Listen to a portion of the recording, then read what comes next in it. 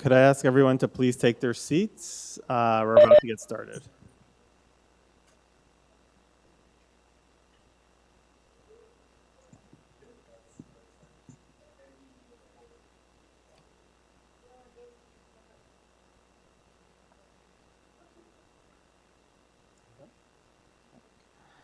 I'd like to call this No, mine's not. I think it's this.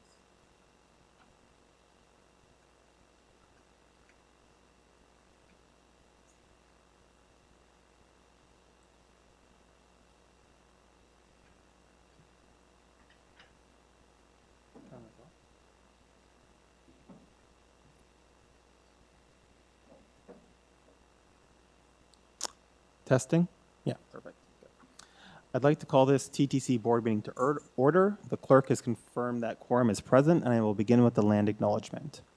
We acknowledge the land we are meeting on is the traditional territory of many nations, including the Mississaugas of the Credit, the Anishinaabe, the Chippewa, the Haudenosaunee, and the Wendat peoples, and is now home to many diverse First Nations, Inuit, and Métis peoples. We also acknowledge that Toronto is covered by Treaty 13 with the Mississaugas of the Credit. Does anyone wish to declare a conflict of interest in accordance with the Municipal Conflict of Interest Act? Seeing none, we will move on. The next item is the approval of the meeting minutes of the meeting of December 10th, 2025 and January 7th, 2026. Can I please have a motion to approve the minutes? Thank you, Commissioner Osborne. All those in favor? Carried. As we move through today's agenda, those participating remotely are reminded to submit requests to ask questions, speak, or move motions through the clerk. We will begin with item TTC 13.1, Building on Inclusive Governance Practices Training, which will be conducted in camera and is held in my name. We will recess at 12:30 p.m. for lunch and reconvene at 1:30 p.m. After the lunch recess, we will consider TTC 13.4, Presentation Opportunities to Improve Transit Signal Priority in Toronto, and TTC 13.5, Presentation Developing a Surface Transit Revitalization Plan, both of which are held in my name. We will now proceed with the review of the order paper. Item 2, CEO's Report, February 2026. I will hold this item in my name for a presentation from the CEO. Item 3, approved minutes of the Advisory Committee on Accessible Transit General Monthly Meeting of November 27th and December 18th, 2025. I will hold this item in my name for a verbal presentation from ACAT Chair Sophie Petrillo. Item 6, Revitalizing TTC Branded Merchandise, Progress, Insights, and Strategic Direction. We have a speaker on this item, so I will hold it in my name. Item 7, Declaration of Surplus Property, 1870 Avenue Road, southern portion of Road Loop. Would anyone like to hold this item? No. I will move it. All those in favor? Opposed? Carried. Item 8, SRT Busway Acceleration Plan. I will hold this item in my name for questions in camera. Item 9, Fare Collection Update. We have a speaker on this item, so I will hold it in my name. Item 10, Collective Bargaining Update. I will hold this item in my name for a confidential presentation. Item 11, CEO's Performance and Objectives. I will hold this item in my name for a confidential presentation. Item 12, Summary of Contract Awards over $5 million from June 23rd, 2025 to December 31st, 2025. I will hold this item in my name for questions.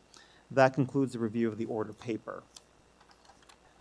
We will now be moving into closed session. The TTC Board will be moving into confidential session this morning for a Building on Inclusive Governance Practices training session. At a meeting closed to the public for the purpose of education and training, 2025, I will hold this item in my name for.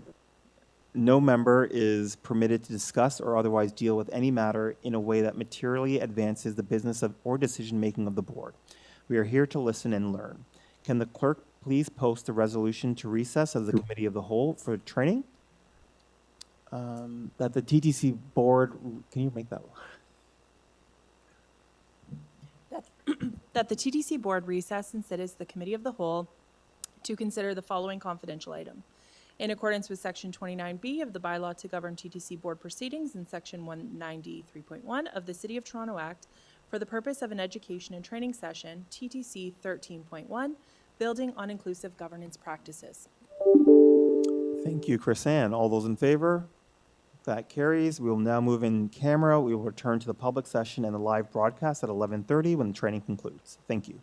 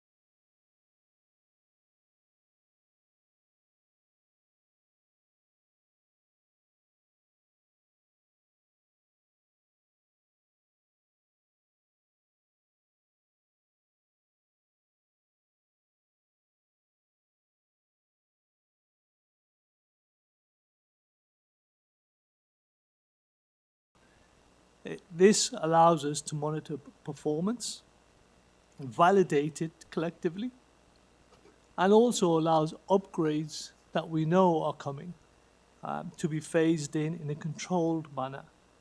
And only once that occurs will we jointly fully announce the line to move on from phased opening into a full opening.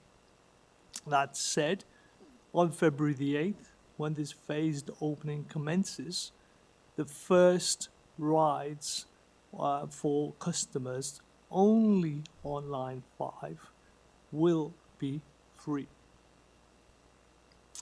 Next slide.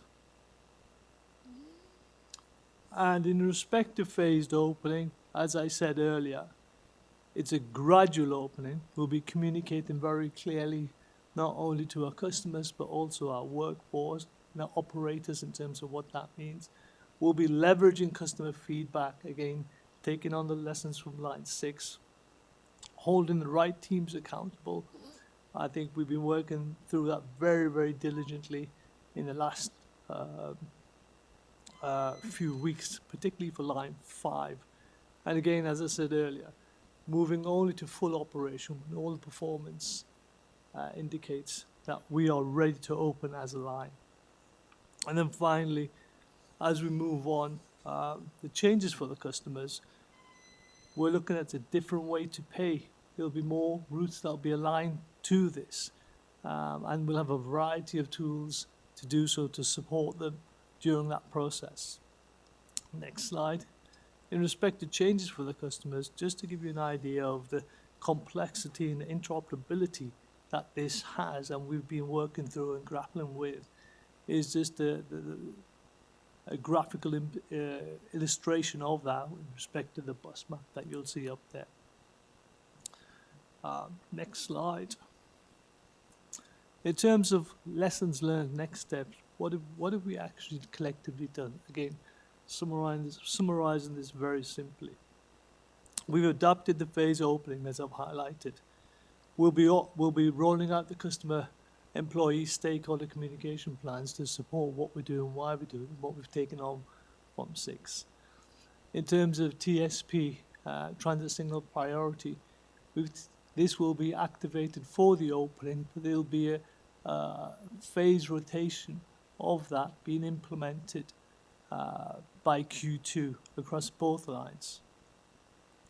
There'll be further enhancements in respect to line 5 in March and in May in respect to the software and the speed. We've also taken learnings in terms of supervisor management and crew support, not only during the shadow running perspective, but also in actual running in terms of what coaching, what mentorship do they require, and how we take any technical inputs from that into the COO reviews. And again, reporting to the board as well publicly on the line performance. That concludes the line 5 update.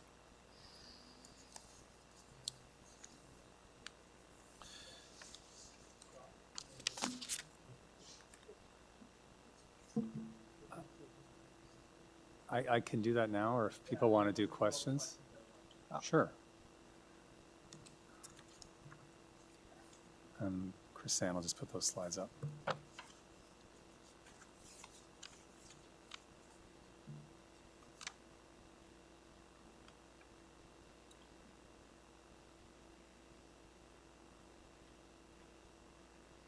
Sure, everyone's keen to talk about World Cup now. Yeah, if you could go through the World Cup, yeah. Yeah, the slides are coming up. So just as the slides come up, just reminding the board that we came to you last meeting with a high-level update on where we're at. And so we're back this month to give you a little more detail, and our intent would be to return again on this matter at our April board meeting, which is our next board meeting, just to give you a progress report on what we're doing. There it is, great. You just go to the second slide. So really want to touch on today just some of the governance within which the TTC operates on this major event. Obviously focus on some of the service enhancements. I think that's what's probably most impactful, obviously, to our business, but also to our customers. Touch on some of the safety planning. Also, obviously, we're launching a lot of communications, both internally, externally, into a lot of audiences. And so just to touch on that and just a bit of a overall view on our organizational readiness. And the next slide, please. So just want to touch on a few things here, and I think a lot of this would be obvious, but I want to highlight a couple. And so we are part of a much larger ecosystem with this event. So one of our kind of strategies in this is to make sure we lean on the city and coordinate with all of our partners to deliver an excellent event. The second key strategy here is as simple as it sounds. We're increasing our service levels to serve both the event site, but areas around the World Cup event sites too. Another really critical part of work that's happening as we speak is looking at our assets and our infrastructure and to make sure that they're resilient enough to handle the increased customers and service levels that we'll provide. Obviously want to have a really excellent customer experience for both our longtime riders, but also visitors who are coming to our city. That includes wayfinding, extra staff, and other elements like that. And then the one thing we don't want to lose track of is while this is an exciting event that will draw a lot of people, we need to make sure that the service around the rest of the city is still meeting the demands of people who are moving around Toronto. Next slide. So just a visual to give you a sense of how the TTC fits into this. The city has a World Cup Secretariat that we are part of, and you can see all their various committees and groups where we really kind of, our point of entry into this is this World Cup leadership table, and also on many of the working groups, which on the next slide, just for your interest, you can see some of the many city-led working groups that we sit on around transit planning, modeling and forecasting, that Fleet Street hub, which I'll touch on. And the other one that's really important where the communications comes from is that travel demand management working group. Next slide.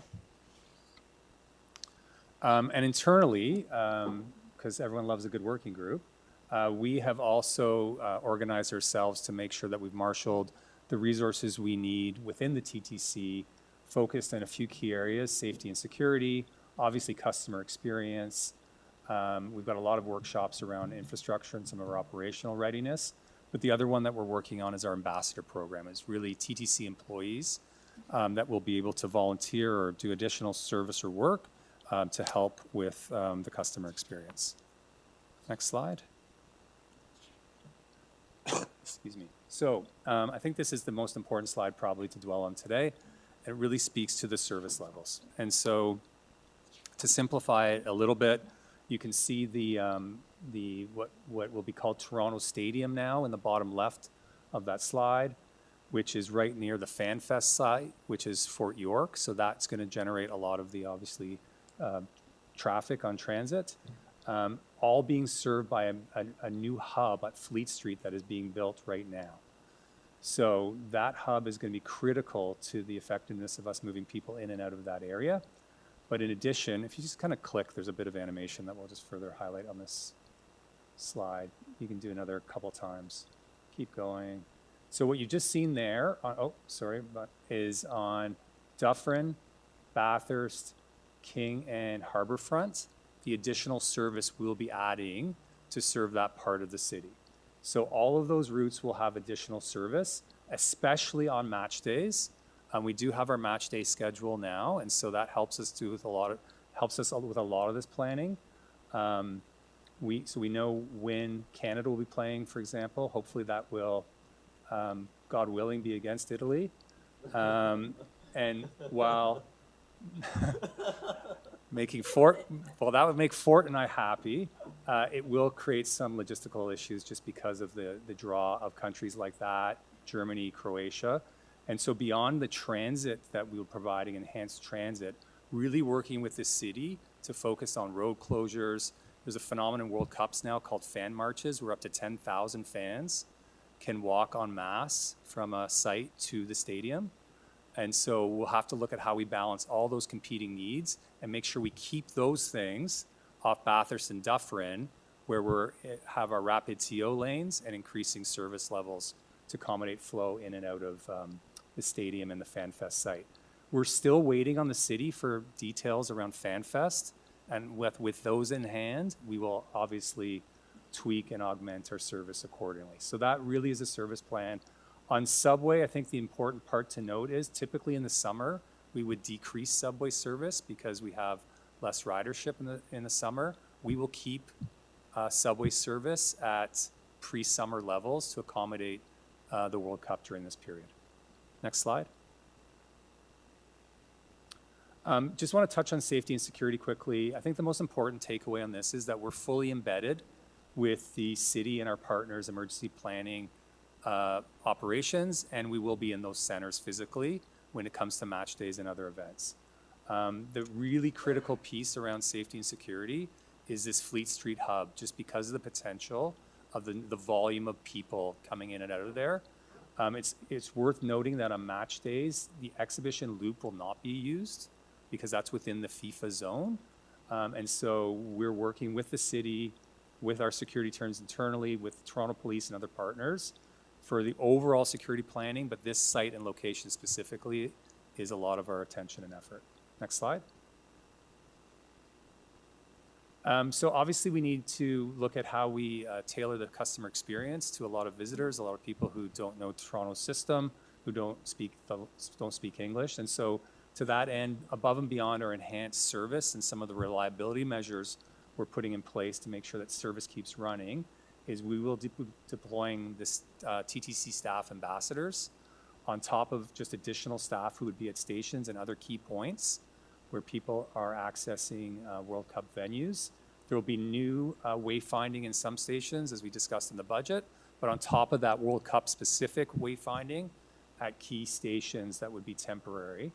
On top of that, we're introducing the pilot that was approved by the board to have new e-ink kind of digital displays at key transit stops. So we'll leverage that pilot to target World Cup locations. And then obviously there will be a use and leaning on kind of FIFA-approved international pictograms, recognizing that language will be a barrier for some people who might be navigating our system. So a lot of enhancements to the customer experience, and we'll have a lot more to come and report on when we're back here in April on that. Next slide, please. Excuse me. So communications obviously is a big part of this.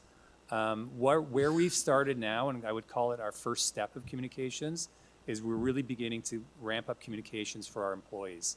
This is a huge event, a huge opportunity for the TTC to really put on an excellent show. And so you can start to see some of the examples there on our screen of what our employees are seeing. And when we come back in April, we'll start to show you some of the content and items we'll create for our customers and the public in general. I will say this for this slide and for when I speak to the marketing one, we are severely constricted by FIFA on what images, likeness, words we can use. And so it will impact some of the way we communicate. But if you see in the clever video we had there on Instagram, no one owns a soccer ball or the streetcar image. So we'll figure out a way around that. Next slide. And I kind of want to tee that up for non-fare revenue opportunities. We clearly see this as a really big opportunity to increase our non-fare revenue, and we'll be opportunistic and we'll make sure we take advantage of that. The area around the stadium is really a no-go zone for us and for anyone, any competitors to the kind of FIFA-aligned brands. But the good news is we have Bathurst Station, we have Dufferin Station, we have streetcar routes that run outside of that zone. We have other interchange stations and other activations we'll look to do to not only make some money, but also just to enhance the customer experience for our riders. Next slide, please. And just really kind of highlight kind of organizational readiness and the things that are on our radar that you'll hear more about in the coming months. Asset reliability and making sure that our assets are ready for increased service and volumes of customers. The crowd management and emergency management piece that I mentioned earlier, that's another piece that's very being actively worked on. And the other piece that we're doing to make sure we're ready is this training our staff and kind of an extra level of training for this event so that we can shine. Next slide. Just because I feel I have to mention this, this will be a significant cost for the TTC.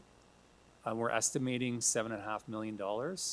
We're receiving $2.5 million from the city. So what you have all budgeted and what you approved last month was that that difference would be made up by an increase in ridership. Obviously, this is something we're watching closely because an event like this can often bring added last-minute pressures that have costs associated with it. So this is something we'll also be reporting to this board on to let you know how we're trending. I think that's it. I have Councillor Bravo, then I have Councillor Sachs, and I have Councillor Matlow, then I have Vice Chair Mahavik. That order. Councillor Bravo? Thank you, Chair. We're asking questions about line 5 for the CEO.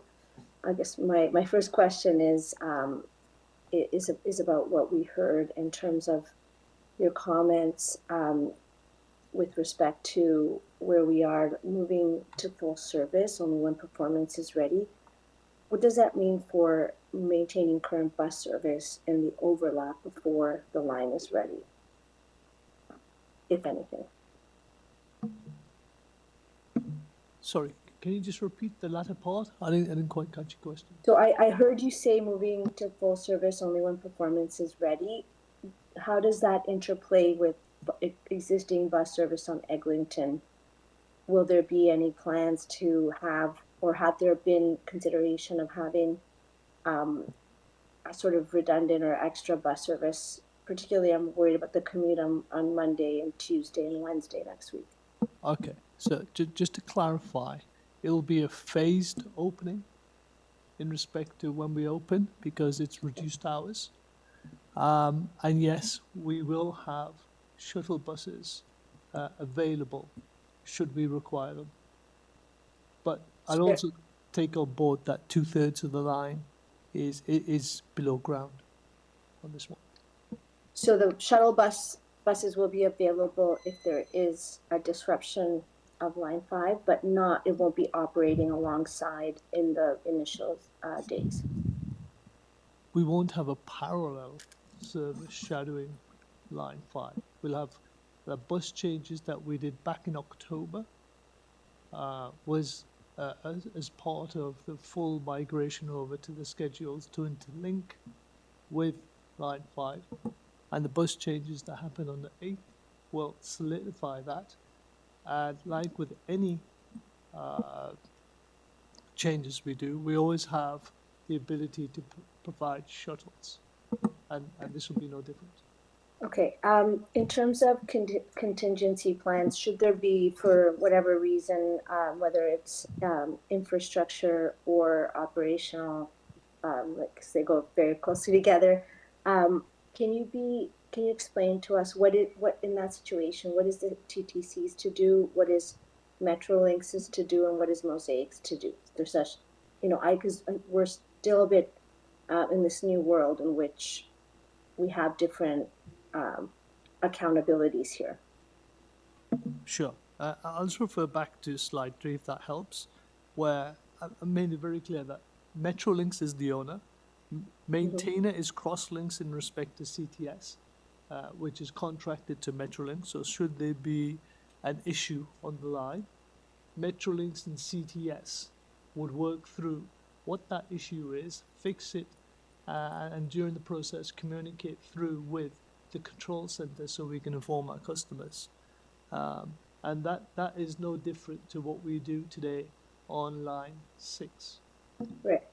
Okay, so there's two added layers of complexity for communications in this scenario with line 5s and 6, and that's by design, and that's not the TTC's work or responsibility, but we have to work within there. Are there any sort of in the initial phases in which we're testing and implementing and fixing, have we observed on line 6 and do we anticipate on line 5 any challenges with the communications element of this, and also between the TTC workers operating and the nurse center, which is collating all of these different accountabilities and coordinating? So we've been working very closely with Metrolinx in respect to providing feedback from the teams. And as I said earlier, that's got to the stage now where it's quite robust in respect to the respective CEOs, COOs meet twice a week. They've also now engaged with the maintainers' respective COOs to work through such issues when they occur. Again, this is all new, which we're not doing of on line 6, but we have now been doing on line 6. Okay, Chair, I have 3 more questions, so I would request a second round if possible. Okay. Through the Thank you. chair, if I could just add on the communications question there. So, Commissioner, you mentioned communications because of the changes. So, we have a robust communications plan with that would go out to our customers, of course, and the general public, but also to our employees, right? Our operators who are operating these routes. It's part of the reason why we changed almost half of the routes last fall, so that the burden wouldn't be so much to communicate both to customers and our operators now. Having said that, we still will do that, and we'll be communicating with businesses and BIAs, with local councillors, with communities along the corridor, so that people, as best as possible, can know about the changes that are coming to their bus routes. Having said that, as Mandeep mentioned, in the new protocol with how we own the customer communication, it will still always mean that we're the bearers of bad news when the assets are unavailable or the line goes down. And so we will own that and be clear as we communicate to customers so that they know what we've done to mitigate that with shuttle service. Thank you.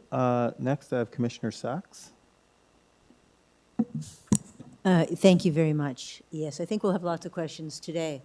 So Mandeep, I'm sure you saw Matt Elliott's suggestion. Why are we charging full fares if we're not providing full service on line 5? Have you considered that? Is that an option? What, not charging? So Matt Elliott suggested in his article, if you didn't see it, Okay.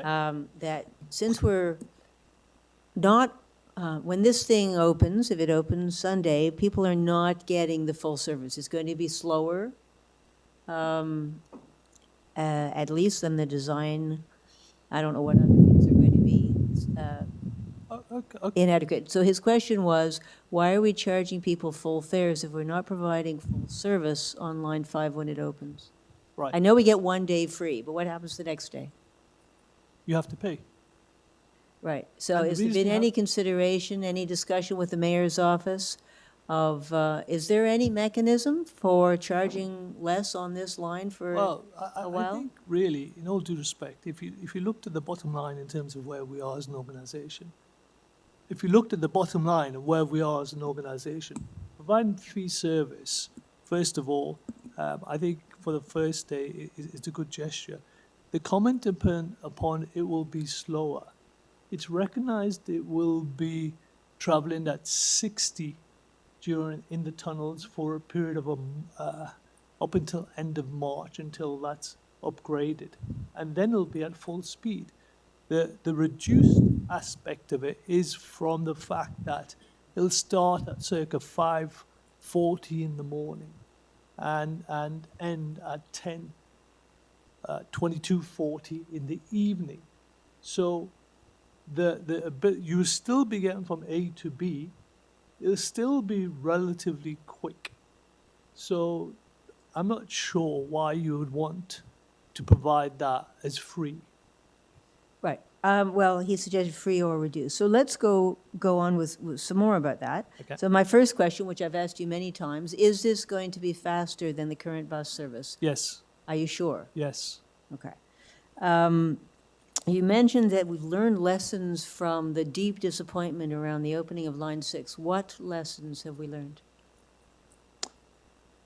So there's many, and I highlighted a few of them in respect to, I'm sure you can hear, but there's a few. And one, which is not on here, but I think Commissioner Barber touched upon it, it's a new way of working. We're getting into the rhythm in respect to what we need to do and how we need to do it, and be more challenging of Metrolinx and the maintainer. And that's bearing fruit in respect to the activities that the respective chief operating officers are going through and looking at the granular detail, not only in the performance, but also the failures. We now also have access to their data warehouse, which previously we did not. So again, that level pegs in terms of ensures that we have the same data as them. We now also did the dynamic testing on the 22nd, which again we did not do for line 6. So and coupled with this is an ongoing process. It won't just cease because of the phased opening on the 8th. It'll continue. It'll continue until we get the slight increase within the tunnel sections. It'll continue post software 13 to ensure that we get the performance and the OTP characteristics. And it'll continue as we monitor service and report back in terms of the actual performance. So one of the questions, so first of all, are they using the same defective switch heaters on line 5 that they installed for line 6? They're different type. All right. The automatic braking, news articles have suggested there's a risk of personal safety, that this train is unexpectedly going to come to a lurching halt. People are going to fall. What are you doing about that? Last question. Okay. So the emergency braking aspect of it was one of the aspects that we asked Metrolinx to follow up, and they did. There was a software upgrade in December the 21st, which would have addressed many of, if not all of those, in fact, all of the issues. However, when we looked at the data and what we had from an operator perspective, we were still seeing a few incidents that was resulting in an emergency brake. And I made it very clear, and I have done from day one to the team post that, get into the detail. We need to understand that detail. And they did exactly that. They went through what that was, liaised with Metrolinx. Metrolinx worked it through in terms of what it was. They couldn't get that granular detail, then called in Ulster in respect to the system designers and the architecture developers, who then went to the backup systems and logs and went through line by line, through the playback, so you can play the incident back, to define what that incident was, what it is attributed to, and how it occurred. And the net effect is, it's a fail-safe system, and the system did what it was designed to do. Okay, well, I'll have more questions next time around. Thank you. Okay, thank you. Thank you. Commissioner Matlow? Thank you. Thank you. Mr. Lally, today you've officially announced that February 8th is the opening date for the Eglinton ORT. Yet, work has been underway for a considerable period of time to organize the announcement event on Friday and then the opening date on February 8th. And then recently, it was reported that you expressed reservations about whether or not it should open on February 8th due to concerns, it was reported, about emergency brakes. Could you explain what helped you feel resolved that that issue had been addressed, and when will that information be shared with the public to reassure them that it was fully addressed and that there are no concerns about the emergency brakes moving forward? Okay. So in terms of reservations, I've always said it's just I would commit to it an opening once where we're collectively happy as an organisation and myself from a safe and reliable railway. And I can say, based upon the information that now has been gone through, and I must say it's gone through in minute detail in respect to not just the TTC, not just CTS, not just Metrolinx, but now the system designers and architecture, where we were all working it through. The final piece of that jigsaw was when Alstom came on board and went through it in terms of the backup supplies and played through all the questions we had in terms of incident A, B, and C, and classified it. Well, this happened because of the operator issue. Is that publicly available though? Like to be able to, I think for a lot of people, it seemed chaotic where the Premier and others, including myself, had said that we believe that February 8th is the opening. And then you announced that you weren't sure that it was going to be February 8th. And do you not believe it would be helpful to the public to just provide the information that you received that reassured you that February 8th actually is the right date to open? Yes. Again, I suspect that is proprietary technical information that, again, we don't have access. Well, the designs would sit with Metrolinx in respect to release, because they're the custodians of the system and they own the intellectual property for that. And secondly, this information in terms of working it through with the designers was was literally up to about 3 days ago when we really started to get the insights from the designers. So if you're referring to my comment on Monday after the Board of Trade, Yeah. I did not have that information at hand. So you wouldn't be able to release the information that you reviewed that reassured you to the public. It would have to be Metrolinx. It's their proprietary information, and it's between Metrolinx and Alstom. Don't you find it just? I don't make the rules, Commissioner. No, I'm not. I'm not I suggesting you do. As a lawyer, I'm sure you understand this better than many around this room. It is jarring that, you know, when that kind of thing happens, that then it isn't just shared with the public exactly what's going on and why it's going on and what's being reassured. But I will pause on that line. As far as the transit signal prioritization, Commissioner Sass asked you whether or not the rapid transit would go faster than the buses that it's meant to replace. When you said yes, it will, is that equally the underground section along with the surface section, or will we see slower times on the surface section? In other words, what is the impact during this phased period on end-to-end speed and service? So the run time from end to end on LTI is around 55 to 59 minutes. End to end, and on the bus, it's buses from end to end is 105. And what's the difference between the surface and the underground? It's going to be about 40% plus better.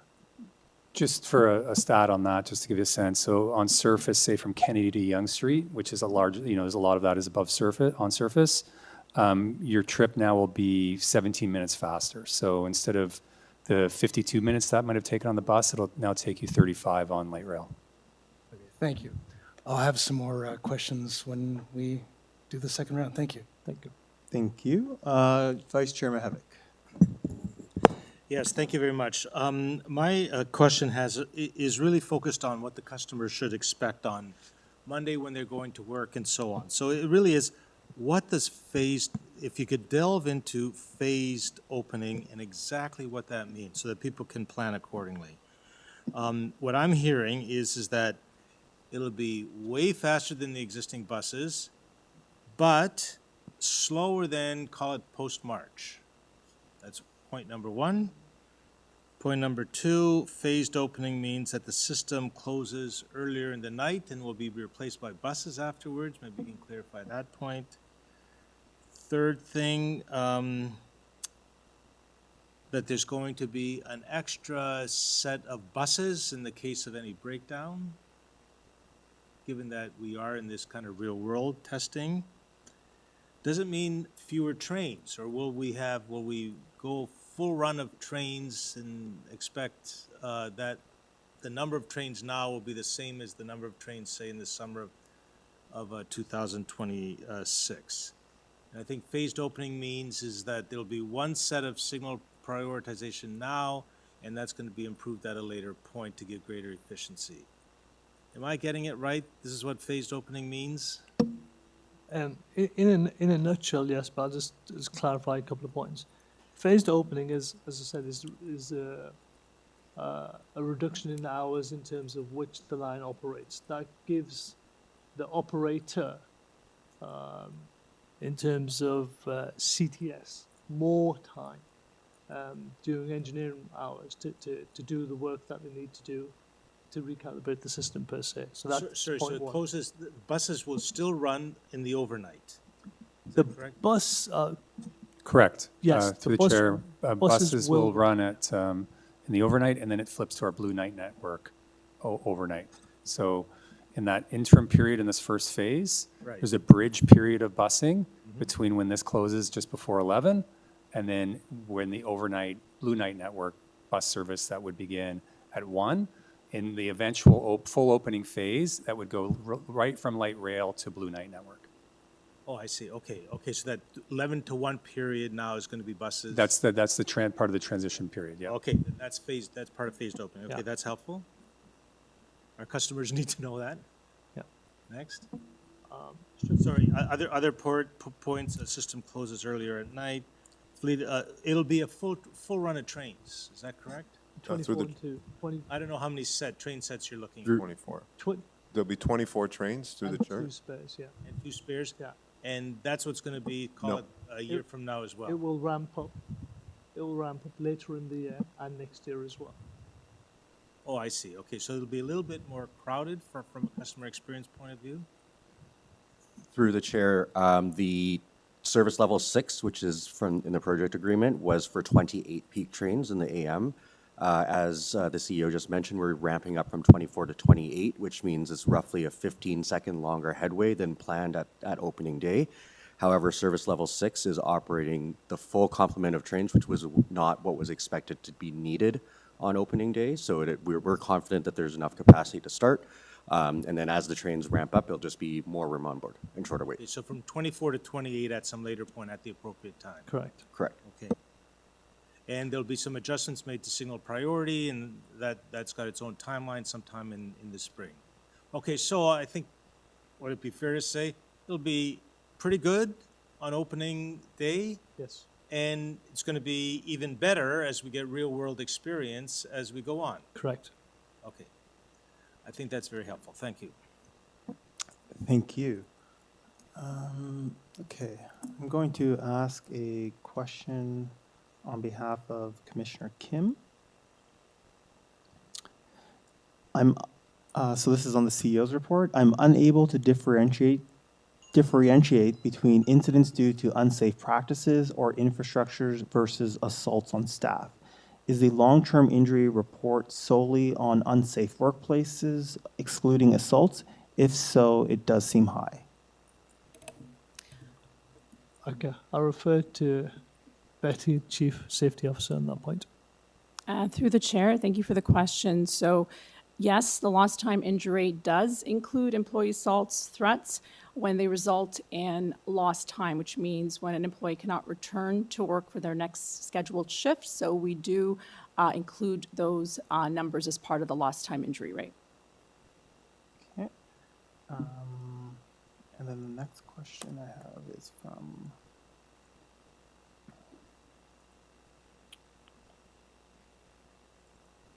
So this is from Commissioner Malik. Can you share how you are working with transportation services to firm up plans for the FIFA World Cup and what information is outstanding? Thank you for the question through the chair. We're working, we're embedded in, with the city secretariat and with transportation services, and so we're working with them really closely. We hope to actually have them here next meeting, just to be able to answer any questions we have, but we're meeting with them regularly on their travel demand management plan, and obviously, our routes are impacted by eventual road closures, so I would maybe gently say we're pressing them on getting that finalized so that we can, schedule our routes accordingly. But we're working hand in glove with them with regularity. Thank you. And then the next question, the 63 Ossington is an important transit line for people in Liberty Village. Can you provide more information about what route diversion will be and how we can make sure people who need accessible transportation because they use a mobility device or have a kid in a stroller will be accommodated? Through the chair, kind of goes back to my earlier response. So we'll base the diversions on the closures that the city imposes, so waiting for that. And in addition, as we now know match dates and times, that will influence it. We will tailor it. And as I mentioned earlier, we don't have the FanFest timing yet, too, so that would be something else that may impact how we schedule and so we might have different routing and different, our service levels at different times of day. In terms of the Deputy Mayor's question about accessibility, a big part of our service delivery for the World Cup will be specialized transit and Wheel-Trans, and to make sure that people can get to those destinations, not just if it's a World Cup destination, but someone who might rely on travel on the Ossington bus that's now been rerouted. We want to make sure that they have access to those services if they need. So more to come on the actual routing of Ossington, but planning in place around making sure we meet the needs of any customers who have accessibility needs. Great, thank you. Now for some questions from me. So regarding the unplanned delays, particularly the operational delays, so in November, there were 6,187 unplanned delays minutes. That 46% were operational. In July, it was 5,596 minutes. 49% were operational. So just taking the percentages, in November, 2,846 minutes were operational, and in July, 2,742 were operational. So the actual number, while the percentage is going down, the actual number is going up. And then the thing that seems to be driving this is equipment-related delays, which jumped 4% between July and November. So can you give an explanation as to what the equipment delays are that are causing the operational delays? I'll just refer to the Chief Operating Officer. Through the chair, so it's a combination, it's not one particular thing, Chair Myers.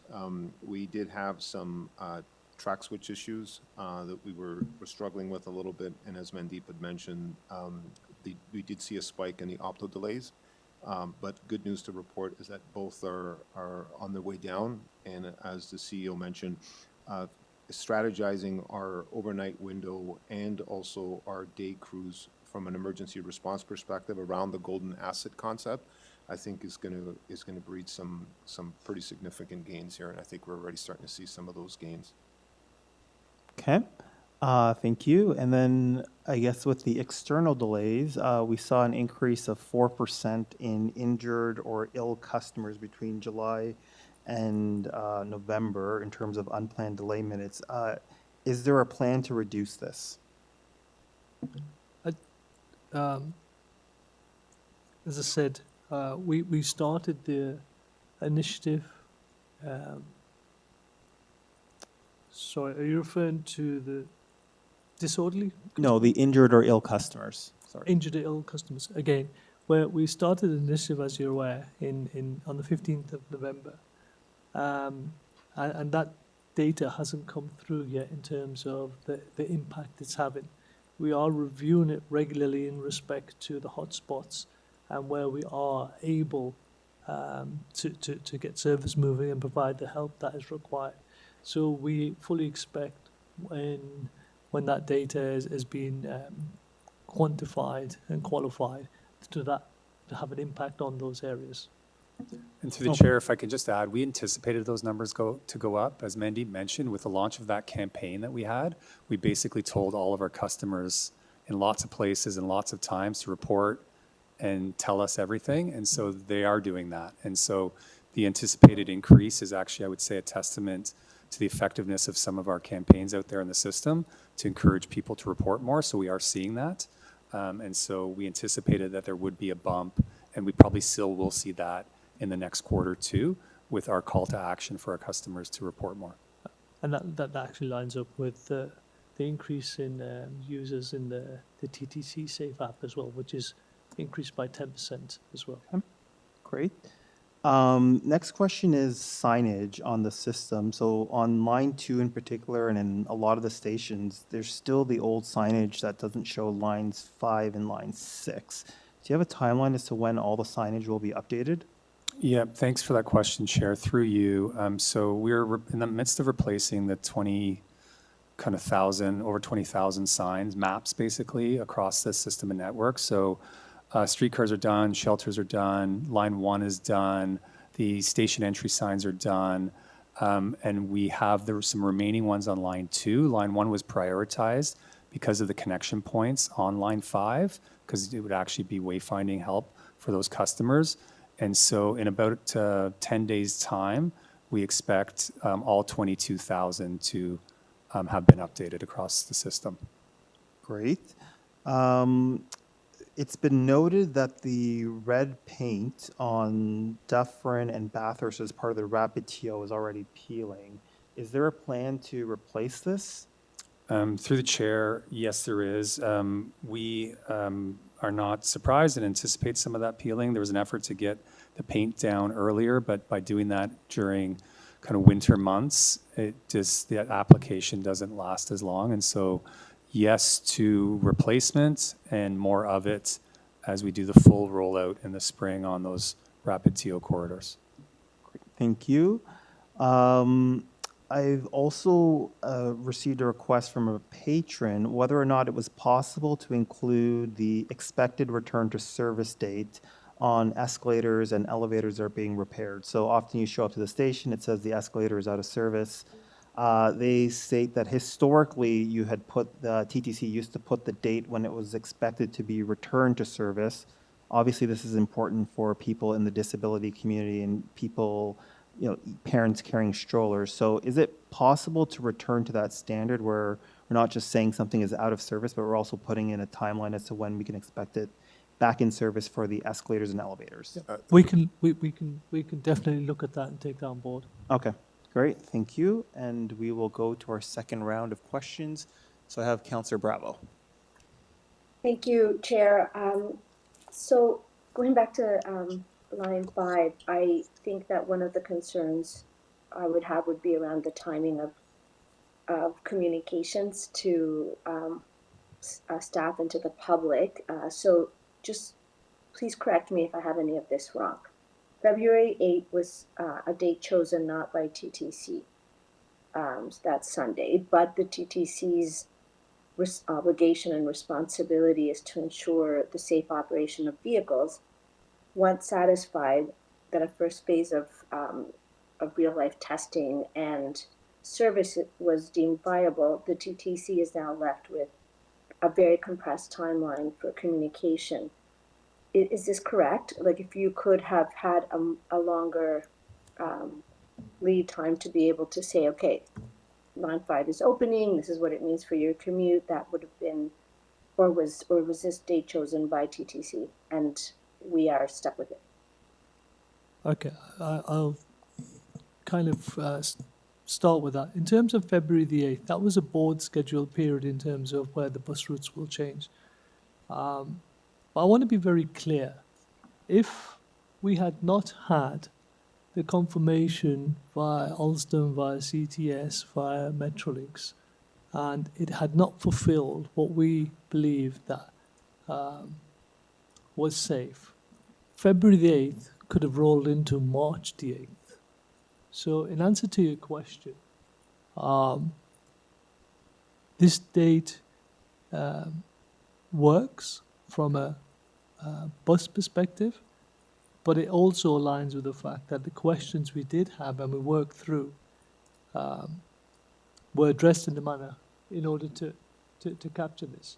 I'd also go on and further and say, when we looked at this, when RSD substantial completion was completed in December, there was circa a list of 85 items that we had highlighted within the system that we would like work through. All those items have now been worked through. And the items that are going to come thereafter are predominantly the speed increase at the end of March, and then software update in May. Again, so satisfied in respect to what we had and the diligence the teams worked through to open on February the 8th. Okay. So another one of my questions was asked by colleagues. My last question is really, what speed are trains currently operating at, and are we facing any equipment or maintenance challenges on the line that could be impacting the speed and therefore serving people at lower speeds? So, equipment issues, nothing that really is impactful that we have seen. So that's positive. In respect to the actual speed, as I said earlier, there is a slight restricted speed within the tunnel perspective, which is about a difference of 20 from 60 to currently at 60, and it will go up to 80 in end of March. But that's again a planned change which we highlighted and they've taken on board. I went through the run times from end to end earlier in respect to circa 55, an average of 55 to 59 from end to end, which is significantly quicker than the bus route from end to end. Truly final question now, Mr. Chair. But if there were concerns regarding anything that had to do with equipment or procurement, would you even be able to answer us if you knew about it? Or is this something that would have to be done by Metrolinx and Mosaic? So, if myself or the organisation had any concerns about equipment, I'm not sure what the procurement element is, but from the equipment perspective, we have worked through everything that we believe as the operator is essential for us to work safely to open the line. Thank you. Thank you, Commissioner Bravo. Commissioner Sachs, did you have a second round? Yes, I'm just building on the question that my colleague just asked. One of the frustrations for the public is whenever something goes wrong on line 6, which is almost all the time, they speak to Stuart and he says, we don't know. Is that over? Are we going to be able to actually answer the questions on line 5? So again, one of the things we've taken forward is in terms of by incident when that occurs, how the respective teams from the chief operating officers on both sides take that on board within information that we can communicate out. So that is improved from where we were. Is there more work to do? Yes. And it will continue to improve. But the important message there is we've defined the methodology in terms of how to do that. We just need to granularize that better. So that is working. But there's So it more. might be a little bit better, but we don't know yet how much, is what I take from that. Okay, I'll keep going. So the line 5 is going to start operating 6 a.m. on Sunday, 5:40. 5:40 on this Sunday? Yeah. Okay, and to be clear, there's no party, there's no event? There's no event, there's no party, there's no celebration, it's No. just going to open? Okay. I want to go back to the automatic braking. I mean, having ridden the TTC for lo these many decades, I think only once in my entire life have I been in a vehicle that lurched to an immediate sudden stop where people would fall. That sounds like a feature we're going to have much more often on line 6. What are you going to do to communicate the need to hang on at all times on line 6? So that feature is actually, it's a CBTC feature and a system feature, not just on our system, every system. So in respect to that particular point, there'll be decals within the vehicle, and there'll also be announcements being made through the train as well. Okay. Now, in addition, we've got this major culture shift for people to get used to paying before they get on. What is given we're already having a problem with fare enforcement, people are going to expect to get on the vehicle and then pay. What are you doing to clearly convey to people at the stops that isn't how it works on this line?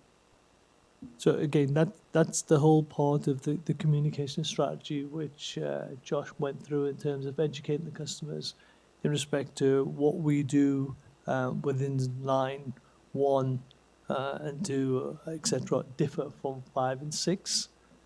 Josh, would you like to expand on that? Yeah, a little more? through the chair to the commissioner, we're also beyond getting that out and kind of all the typical communications channels and having people there to educate customers on that change.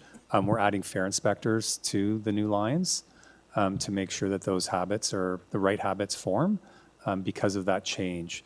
We've introduced, or I guess this line introduces, yet another way to pay, and so people have to tap or pay at the platform. At the stations, though, it is the same as our legacy system. Stations, I understand. So we are going to communicate that to our customers broadly. We're going to have people on the platforms helping with that, and we're putting up more fare inspectors on those lines. Right. Do you have any data on how that's worked in the first 2 months online? Through the chair, not yet. Okay. The next thing is, we've got this 66% on-time performance for the streetcars. Why will this one be better? Sorry, can you repeat the question? Right. Your report, your CEO report, the on-time performance for the streetcars is still at 66%, which is pretty bad. Yeah. Why is this line 5 going to be better? Because 2/3 of it is within the tunnel section and not within mixed traffic. Noted, a third is within mixed traffic, but does have right of way in some instances. So, just by the law of averages, you could work out the speed is going to be faster. You've got uninterrupted, i.e., no congestion. You've got the ability to make a difference on the right times. Right, but I mean, even St. Clair, Spadina, with their own dedicated right-of-way, are still really slow. But they don't have the tunnels. Okay, ignoring the tunnel, the above-ground sections. But you can't. It's a key factor in terms of the performance. Well, I guess we'll have to be watching carefully. Will the Line 5 LRT work in the snow as well as our streetcars do? Yes, because they don't have, the system does not have the same snow melters, they have switch heaters on line 5 as opposed to line 6. Okay. Well, I think I asked that before. I mean, the big increase in passenger delays that you show on slide 6, was really significant. Is that mostly because of homeless people moving into the system in the colder weather, or is there some other reason why we had this large increase? Final question. You're back to, the CE report? In the CEO report, slide 6, you show a large increase in passenger delays. My question is why? And is that associated with homeless people moving into the system during colder weather? I think it's probably a bit of a combination of everything. We did a big comms drive in respect to see something, report something. We did a big drive in respect to using the app, and there's been a 10% uptake on that. We've also now, so we want customers to actually report anything and everything they see which maybe has the potential to cause an issue. While we have providing instructions to staff at fare gates in terms of not letting anyone on, and they should not, that has not got a fare. This could be a combination of all of that. But if people report, does that lead to delays? Sorry? You say you're encouraging people, you're referring to the Safe TTC app as a reason for the delays. Does reporting a problem increase passenger delays? If we get more reports now, then we have to deal with more issues. And while we haven't increased this operational staff, i.e. that are positioned across in certain strategic points based upon the hotspots, and when we do the review in respect to, as I expressed to the chair, of what the data is telling us in terms of how many instances we've had, how many we've had to been able to remove from the system. But it's not just removing them from the system, if you recall. The differentiator with what we're doing from the Memo the 15 is the whole 360 approach. What happened to X and Y that we took from the system? How did the city deal with them? Because that is an aspect of it that we haven't done before. And it's not a case of just moving X to Y, because then they're going to come out the next stop. So we're looking at it in a complete different methodology than we ever have done before. So in answer to your question, we're working through that to establish whether that is definitively that where we've actually got more, which in theory we may have had already, but we were just not capturing that. But we've also got to see the follow through in terms of how we're dealing with it as well, with this city, because the city has an equal part to play in this as well. Thank you. Commissioner Matlow, second round. Thanks. Can you explain why the ORT is not opening with full aggressive transit signal priority on the surface route? And can you confirm that it will be fully aggressive transit signal priority by May? So, aggressive is a strong word. I would like to say... It's the word that I was taught to use because I thought that... Oh, is it? Oh, Yeah. yeah. Have I upset you? We'll have a fully operational functioning phase rotation TSP system before the end of Q2. That's across both lines. So we've got to look at both lines in the lens in respect to where we're going to get the most benefit, how do we do the plan, and we work that through. And the commitment is before the end of Q2 to do that. I've been told May. Is May the time that we're looking at? That is before Q2, but Q2 is just... Shortly, yeah. Yeah. And I didn't hear the answer to, like, why... We've known for many years that this one day would happen, that one day it would open. Why wasn't it set up, for many, many years, why wasn't it set up for day one to be, however you want to frame it, full, aggressive, however?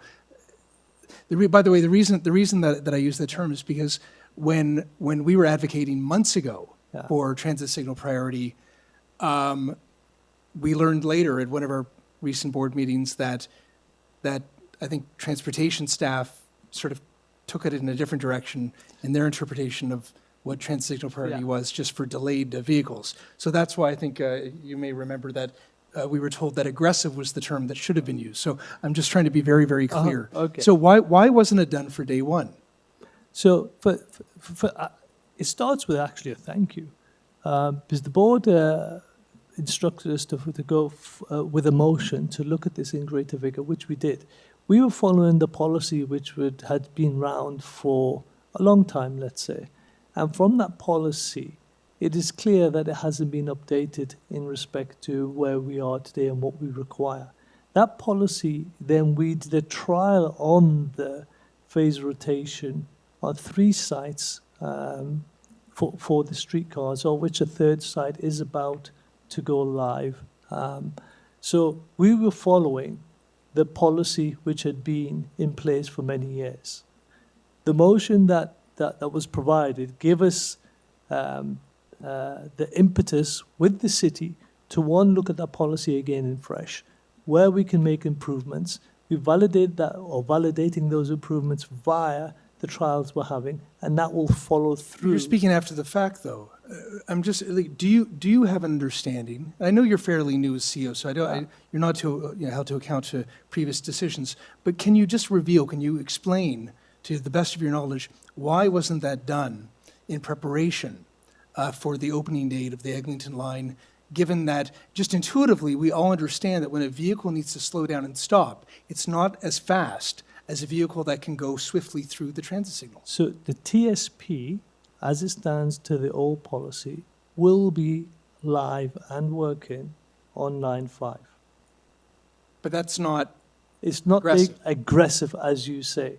The aggressive is based upon the trials we're doing and the updated policy. So we follow policies based upon what the city have within the TSP. If the policy is old, which it was in this instance, yes. that's what we followed. So I would suspect the design for this is a decade plus old.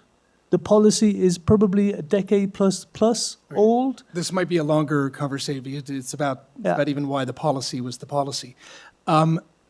Out of curiosity, you mentioned earlier that there will be no opening event on the 8th. There has been a lot of organizing to do an event, both on the 6th as an announcement and then the opening event, I think right down to reaching out to the Shuffle Demons to see if they were available to perform. So I'm just wondering, was that canceled? So in respect to that question, I'll just refer to Josh and the comm strategy that underpins that now. Thanks for the question. Through the chair, I'll start with the Shuffle Demons. That was news to me in the paper, so I'm not sure who purportedly reached out to them. So one of the things we've done is we've looked at lessons learned around the globe and obviously in our own backyard around openings, is to, when you embrace the kind of the phased opening, that is one of those key lessons learned, then there's not often the same fanfare that comes with service levels that aren't quite, service hours that aren't quite there. And so the intent was to plan an opening that reflected that. Having said that, we are going to be doing things along the line, beginning next week, that will, I would say, activations. We're calling it, some surprise and delight for many of the communities and businesses and institutions who have been waiting a long time for this line to open. And so you will be seeing those types of events over the course of February and March, and then obviously something big and fancy with full opening. Having said that, it's our understanding that there will be a plaque unveiling on February 6th. I'm just looking for a head nod. That is not being driven by the TTC. And so we anticipate that the province may do a plaque unveiling on the 6th. Thank you. Thank you. Anybody else? Questions? No? Speakers? Vice Chair? Sure. Just one FIBA question. One of the challenges back when we had that whole Game 7 issue where there were criticisms of the TTC's communication and Metrolinx's lack of service, after hours, was that the calls, the decision to either increase our service or not was based on what was happening at the Sky Dome. And, but there may not have been enough attention to what was going on beyond around the city with different house parties and events and excitement. Has there been, in preparation for FIFA, service considerations made beyond where the fan zone is, or the Toronto Stadium, et cetera, but where we also have communities like in Little Italy, unless Canada beats them. Well, no, well, Canada win. But, in other areas of our city where we're expecting that there's going to be a lot of people going out, hitting the streets, hitting the bars, all that kind of stuff. In a simple answer to your question, yes, it's not just looking at the routes to and fro to the stadium. is looking at the outer regions in respect to exactly what you've just said, Okay. and also taking on board previous learnings as well. We also got input from the city and our partners at Metrolinx as well, and the other agencies that are taking the same holistic approach going forward. Good to hear. And through Thank the you. chair, I'll just add, we do know that, some of the communities do celebrate in other parts of the city. Yeah. Which is great, and we want to encourage that and support that, St. Clair, Dundas, wherever it might be. Not maybe our role to play, but we've seen that in other cities, a lot of those fan fests and celebrations are actually intentionally away from the core where the stadium is to actually draw people away. And so we would be working with the city as those kind of community and civic events are planned to make sure that we're accommodating customer service there. Thank you. Thank you. I've got, I'd like to speak. Vice Chair Mahavik, speak. Maybe on the list, please. Yes, thank you. Well, part of me wants to say that I've been waiting to make this speech for 35 years, literally 35 years. And I remember this story, and some of the media haven't really caught it, goes back to the early 1990s. Bob Ray and the Eglinton subway, 1992 or 1993. I have a T-shirt from the old city of York that says, "Build the Eglinton subway." And then it got canceled in 1995. And then Ernie Eves did not continue it. Then McGuinty gets in and says yes and cuts a deal with David Miller. My count is that this is 6 premiers and every single mayor since amalgamation, and a bunch of them before amalgamation, because this line was going to hit all 6 former municipalities. So this has a long story. And yes, there are parts of this story that are a hard story. The Star did a very good article on the weekend, wondering, asking all kinds of questions about the structure, how it went forward, how the conflicts between Metrolinx and the TTC and the province and the city and so on. And I'm sure there's going to be many, many more of them still to be written. And I want to be part of them as well, because a lot of us have insight into what we think went wrong, and a lot of us are just blowing smoke and don't know exactly what went wrong and have lots to learn. We need to do a good evaluation, and we need to do it perhaps not right away, but maybe in a year or two, when the pressure and the politicization of this line is a lot lower. I want to learn. I think the city wants to learn. Province needs to learn. We all need to learn on the do's and don'ts from this. I think this also is a moment when this is now the TTC story. It was a city story, it was a TTC story, then it's a Metrolinx story, now it's a TTC story again. And we wear what goes forward, especially on the operations side. We're going to be in the spotlight now. So I think that's an important moment to mark. Having said all of this, I am absolutely delighted that we're at this point now in Toronto's history. This is an important line, and yes, we got to get over we got to cut TTC some slack. We need to cut Metrolinx some slack and find in our consciousness a way to say, we did it. It's here. We now have a line at the midpoint between the lake and Steeles, from one end of the city to the other end, almost. We'll get there too. That's something worth celebrating. In the foibles of human beings working together, we did nonetheless find a way to make this happen. And so I'm going to be there on Sunday. I'm looking forward to riding it. I think Torontonians will have a great service, maybe not on day one. I understand this phased opening is a way of saying, cut us some slack. There's going to be some real world growing pains in this.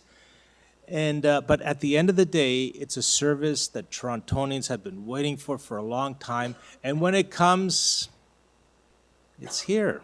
And it's something I think that we should be we should be also not just doing the critique, but also finding a way to celebrate. That's really all I want to say. Thanks.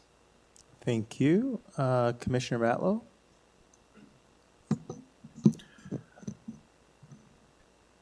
I'm happy that Eglinton is finally opening after all these years, but I don't share the same sense of celebration for this reason.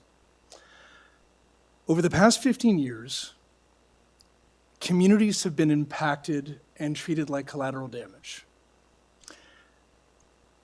Hundreds of businesses have shut down. People have lost their livelihoods because they were not part of the plan of success by Crosslinks or Metrolinks. And they were often treated horribly. The project is at least $1 billion, cost overrun, 6 years delayed.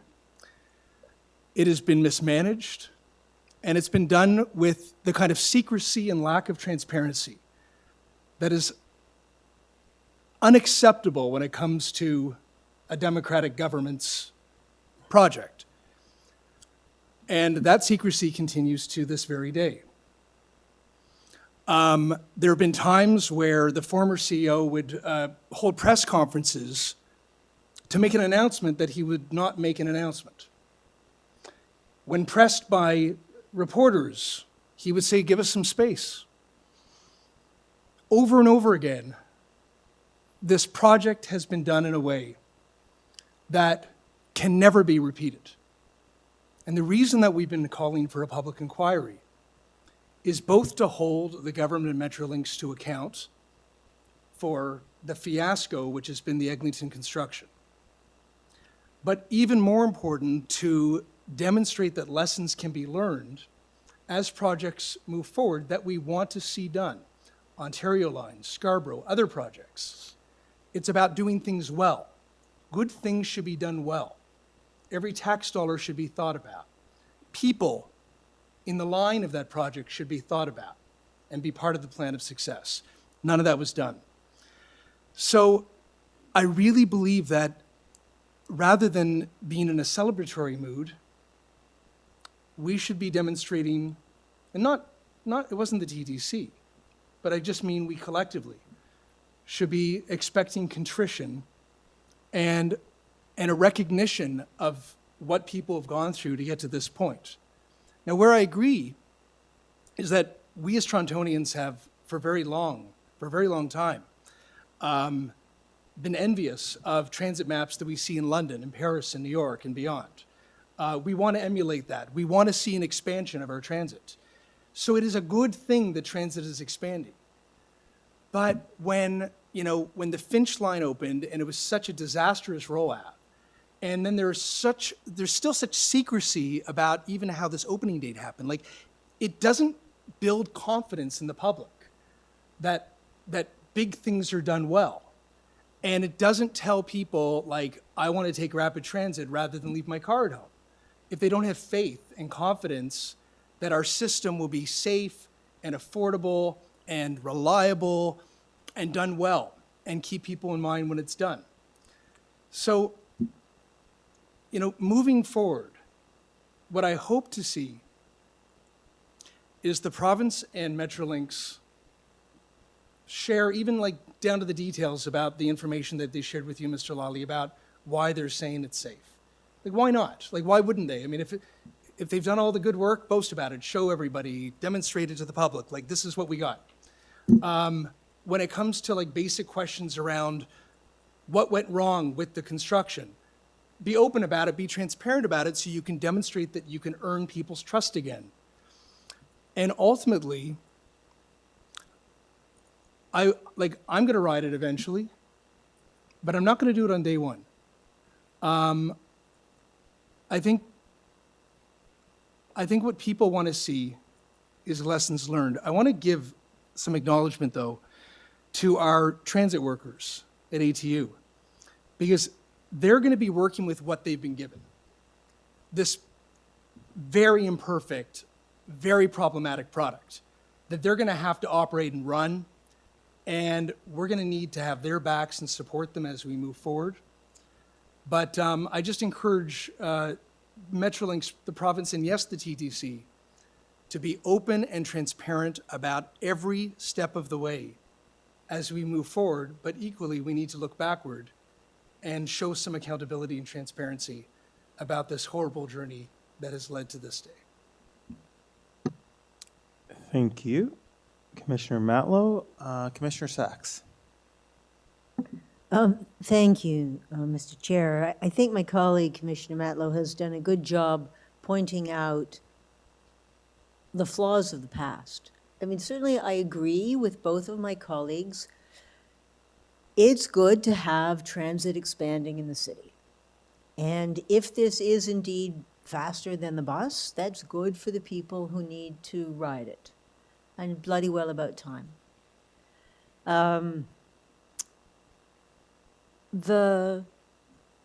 glad that this thing has finally limped to an opening, but my focus is more on what are we going to do now? This is a classic case of the evidence from all around the world that having the private sector involved in building transit makes it more expensive and slower. But now we've got a nightmare. We've got a group that's responsible for maintenance with the TTC responsible for operating it and doing daily maintenance. That sounds to me like a lawsuit waiting to happen. There's going to be confusion about who is responsible for keeping this thing running. And so I want to echo Commissioner Matlow's call for transparency. We should be really clear what things are our job and what things are not. And in all the material that's been provided to the board up until now, we don't have that. So the public doesn't have it. We don't have it. Maybe some of you have it. But we need to be able to be clearer on what is our job and what are we going to do to keep the darn thing running. There's so many ways this can fall off the track. And we've seen, and the Great Star article showed some of the many disputes that have happened over all these years as parties push back and forth to avoid accepting responsibility. And the whole concept that you're going to have a private sector involvement in a way that allows the public sector to push off all risk. It hasn't worked anywhere in the world very well, and it worked abominably here, but we've got the same structure going forward. So it's wonderful that you've got a good relationship with the CEO of Metrolinx at the moment. That's fantastic. But you can't be spending all of your time working out maintenance problems on this one line, especially now that we've got incompatible technology. We've got incompatible technology in line 5 from the rest of the TTC system. We've got another set of incompatible technology at line 6. The management challenges of making this go smoothly have been magnified unnecessarily, and we need to be clear who has what ball and how are we going to manage it smoothly going forward, and I don't think that's been done. Other than that, thank you for the CEO report. Certainly very concerning to see another large increase in passenger delays. Having the Safe TTC app out there and well used, that's great news, but that should be decreasing passenger delays, not increasing passenger delays. It should be allowing you to spot problems early and deal with them and not creating more delays on the system, because, things that drive people off the system, one are the delays. Certainly one are people acting out on the trains, but the delays are the biggest thing. And so if encouraging people to use the app means your ride is going to be slower, I think we're being self-defeating. And I think in terms of slide 9, you give your targets, you give us a lot of information about how TTC compares to how we were in 2019. You give us a lot of information on how we compare to how we were in July. What we don't get any information about is how do we compare to our peers? What should be our standard? What is an achievable standard of good management for our system given our constraints? And I don't see that in any of these reports, and I think we should have it. Glad to hear that camera benefits have been proven. If they're cost-effective, I hope we're going to see an analysis of that and what the opportunities are, because we are a very cash-strapped system with a lot of challenges. And in terms of FIFA, you say we're going to spend $75 million, sorry, $7.5 million on providing the fee-for-service. I'd sure like to know, are we getting any improvements, permanent improvements from that?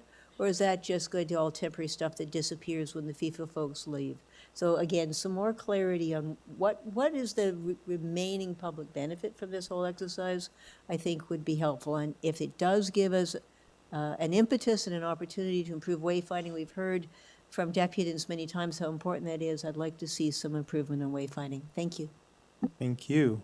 Anyone else to speak? I'd like to speak, Chair.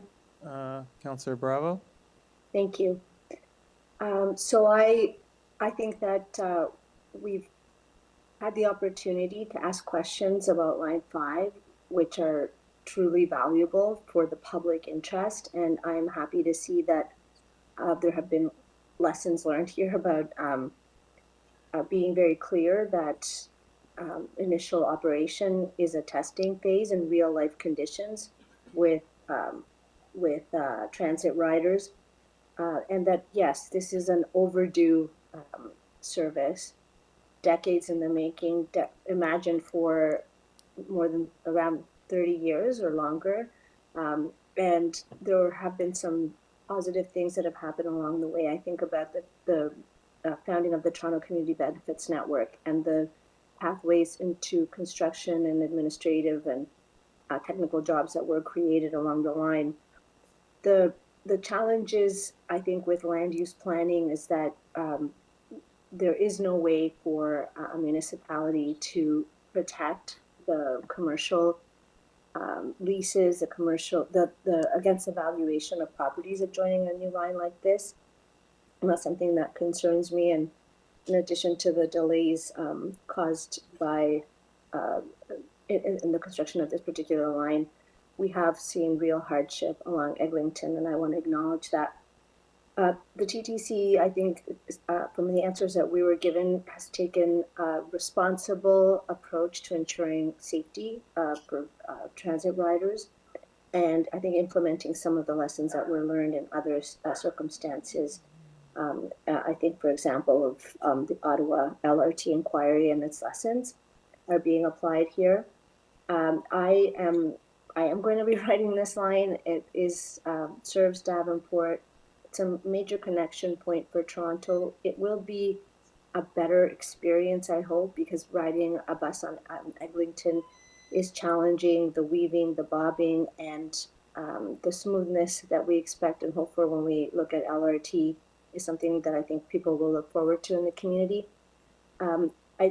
I think that in general, we have the fundamental problem here isn't just the management of this one particular line. It's the problem at the core of this is that the provincial government made the decision two provincial governments ago. So this is now a sort of two-party consensus that TTC shouldn't be building transit in Toronto, that it should be Metrolinx, an arm's length agency with its own board and no municipal representation on it. In truth, that then contracts a private company that designs, builds, and maintains a line on the promise that it would be on time and on budget, and the understanding that we would pay more upfront. In this case, we paid more upfront as in Ontario. We paid more because it wasn't on budget, and it was certainly not on time. So I think what an inquiry is it can add important information, but I think what we really need to see is an abandonment of the public-private partnership approach, in which the public pays and the profit-making companies actually are the ones that walk away with earnings. I think that I appreciate the answers that we received from staff.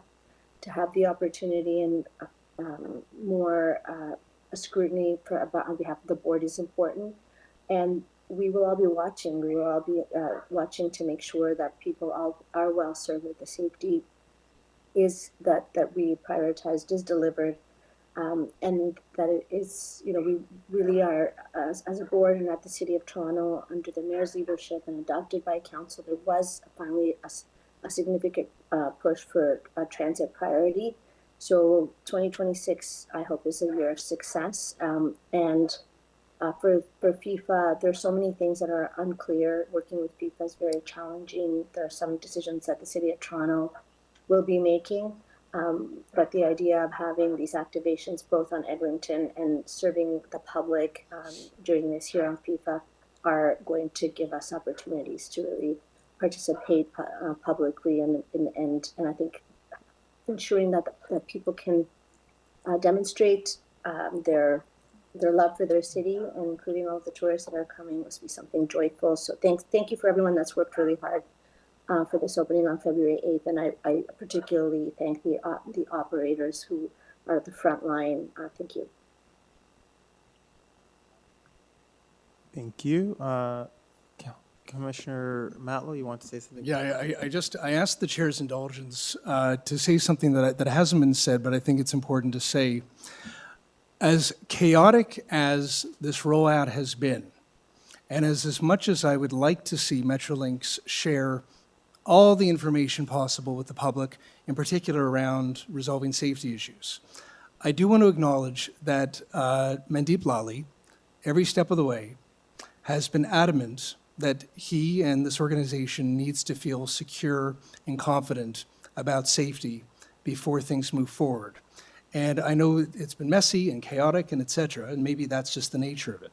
But I just wanted to recognize that I've seen Mr. Lally be appropriately stubborn about the surety of safety.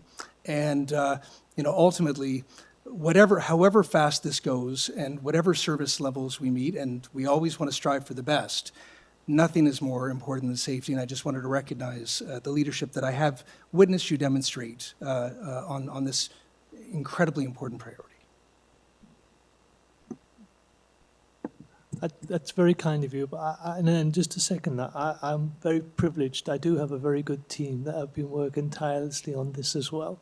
So that is equally upon them in terms of what they've been doing diligently. Some are within this room, some are not within this room, some will be working days, nights, weekends to ensure that we are in this position. So it's been a truly collaborative effort from the entire TTC group in terms of to get to this point with a clear mandate. But thank you. Thank you. And with that, no further speakers. Okay, I'll skip speaking just because we're past lunch and I know everyone's hungry. So I will move a motion to receive the CEO's report. All those in favor? Motion adopted. And then is it okay if we come back at 2 o'clock? 2? Okay. Quick lunch. Yonge Street. Yeah, go to Yonge Street. So why don't we do 2:15 then? 2:15. Yeah, 2:15. Okay, so we'll be back at 2:15.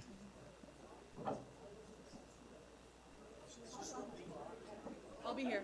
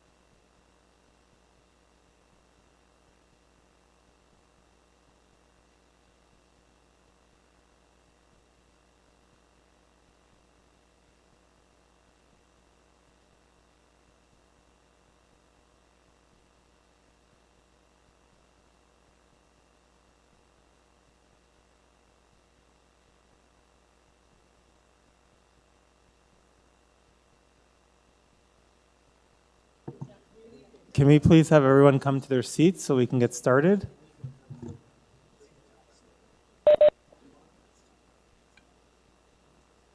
Two online, 3, and 4. Jules and V. Who are we waiting for?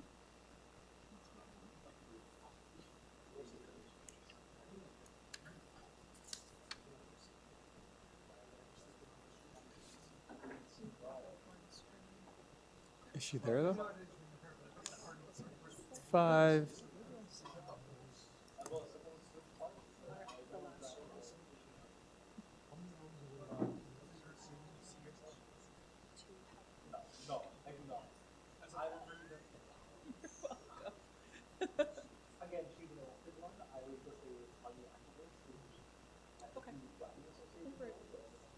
Do you need to see? Oh, perfect. Okay, so we're going to get started. So, Vice Chair Mahevik, could you please take a seat? We are now on item TTC 13.4, presentation, opportunities to improve transit signal priority in Toronto. I've invited Narayan Donaldson, integrated mobility consultant at Mobicon, to present to us today on transit signal priority. Narayan has experience in both Toronto and the Netherlands designing transit signal priority operations and software. Welcome, Narayan, and also my sincere apologies over the delay. I know you've been waiting for a while, but we are looking forward to your presentation. It is obviously very timely. Take it away.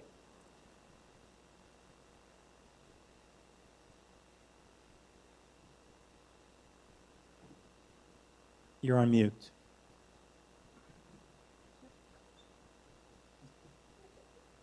Sorry, yeah, I was trying to share the screen. Yeah, thank you for having me. Like I thought, I watched the December board meeting, and I saw there was a lot of good discussion about transit signal priority, and it felt like there was more discussion to be had, so I thought it would be interesting to present to the board. So thank you for having me. I'm just going to try to get the presentation up on the screen here. It should be when I share entire screen. Sorry. Oh, it's sharing the wrong screen. I'm just gonna go one more try, and if not, I'm just gonna use this screen. Sorry.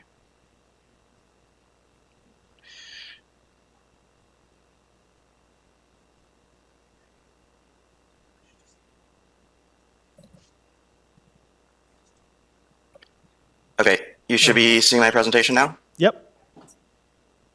Okay, great. Thank you. You can start the time. Yeah, so like I said, I thought it'd be interesting to present to the board on transit signal priority because I've worked both in Toronto and in the Netherlands. Could be an interesting way to, see how Toronto is comparing to the global practice, and also just give the board a bit more familiarity on TSP in addition to what you've heard in previous board meetings. So first, I thought it'd be good to talk about what TSP is, what it isn't, what it can do, the limitations we have in Toronto, and the opportunities we have in Toronto. And the first question is, what is TSP? And this is surprisingly not a simple question, because according to traffic engineers, TSP is pretty much anything a signal does that in any way benefits transit, regardless of how much it benefits transit. So this is the definition from the US Federal Transit Agency on the screen, but generally speaking in North America, it's something along the same line. It's basically anything. But if you were to ask the public, when you say TSP, transit signal priority, people are typically thinking something like, well, the streetcar is guaranteed a green light, or at least the signal does everything it can to give the streetcar a green light. And that's really not the assumption that a lot of engineers are coming from, because the definition is different. So the engineering definition of TSP has two types. There's passive TSP and active TSP. So passive TSP is basically just signal coordination, but instead of coordinating for cars, you're coordinating for transit. So for example, for the Line 3 shuttle buses on Kennedy and on Midland, Transportation Services coordinates the signals for the shuttle buses to optimize for them rather than optimizing just for general traffic. But most of the time when we talk about TSP, we're talking about active TSP. So this is a system where you are actually detecting the transit vehicles in real time and making a real-time adjustment to the signal timing to get them a green light. But how much adjustment you do to get the green light can vary widely. So that's the key thing. So simply installing active TSP does not guarantee you a green light. In fact, if you were trying to guarantee a green light, you probably wouldn't use TSP at all. You would probably use a different system called signal preemption. So this is the system that we use for railway crossings, for like mainline trains, for example, like at Danforth and Midland, where the Stouffville GO train goes parallel to Midland across Danforth. So in this case, it's a much less restrictive system, and there's pretty much unlimited ability to change the signal timing. So because you can't even have the slightest chance of not having a green light for the GO train, because the GO train is not going to stop. So that means you have to detect very far in advance and hold lights for potentially indefinitely.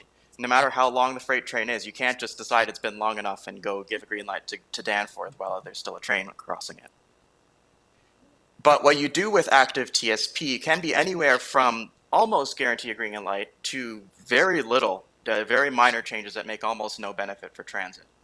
So there's a full spectrum available depending on how you program the system. But the cool thing about TSP is that you can get almost as good as preemption, so almost guaranteeing a green light with drastically lower impacts, because you don't have to worry about edge cases you do with a real, like a mainline train, to make sure that even in this edge case that there's never any delay. With TSP, it's not necessarily the end of the world that if in an edge case a streetcar gets stopped for 5 seconds at a red light. So what does TSP actually do to change signal timings to benefit transit? Well, what it does really depends on where in the cycle the streetcar is expected to arrive. So if we expect a streetcar to arrive shortly before the start of the normal green light, then the most intuitive thing to do is to shorten the red light. And this is what's called red truncation. So let's take a look at this on Spadina as an example, Spadina and Nassau. Well, the problem now is that the amount of green time for Nassau is already equal to the amount of time it takes a pedestrian to cross the street. So you actually can't shorten it any shorter than it already is. So, and this is the case on most minor intersections on the streetcar network, is that they're already equal to the minimum allowable time for a pedestrian to cross a street. So you can't truncate the phase any more than it already is. But in the Netherlands, the way to get around this is by dividing pedestrian crossings into multiple stages, multi-stage pedestrian crossings. So basically, you have 3 different pedestrian signals to cross the street, or potentially 2.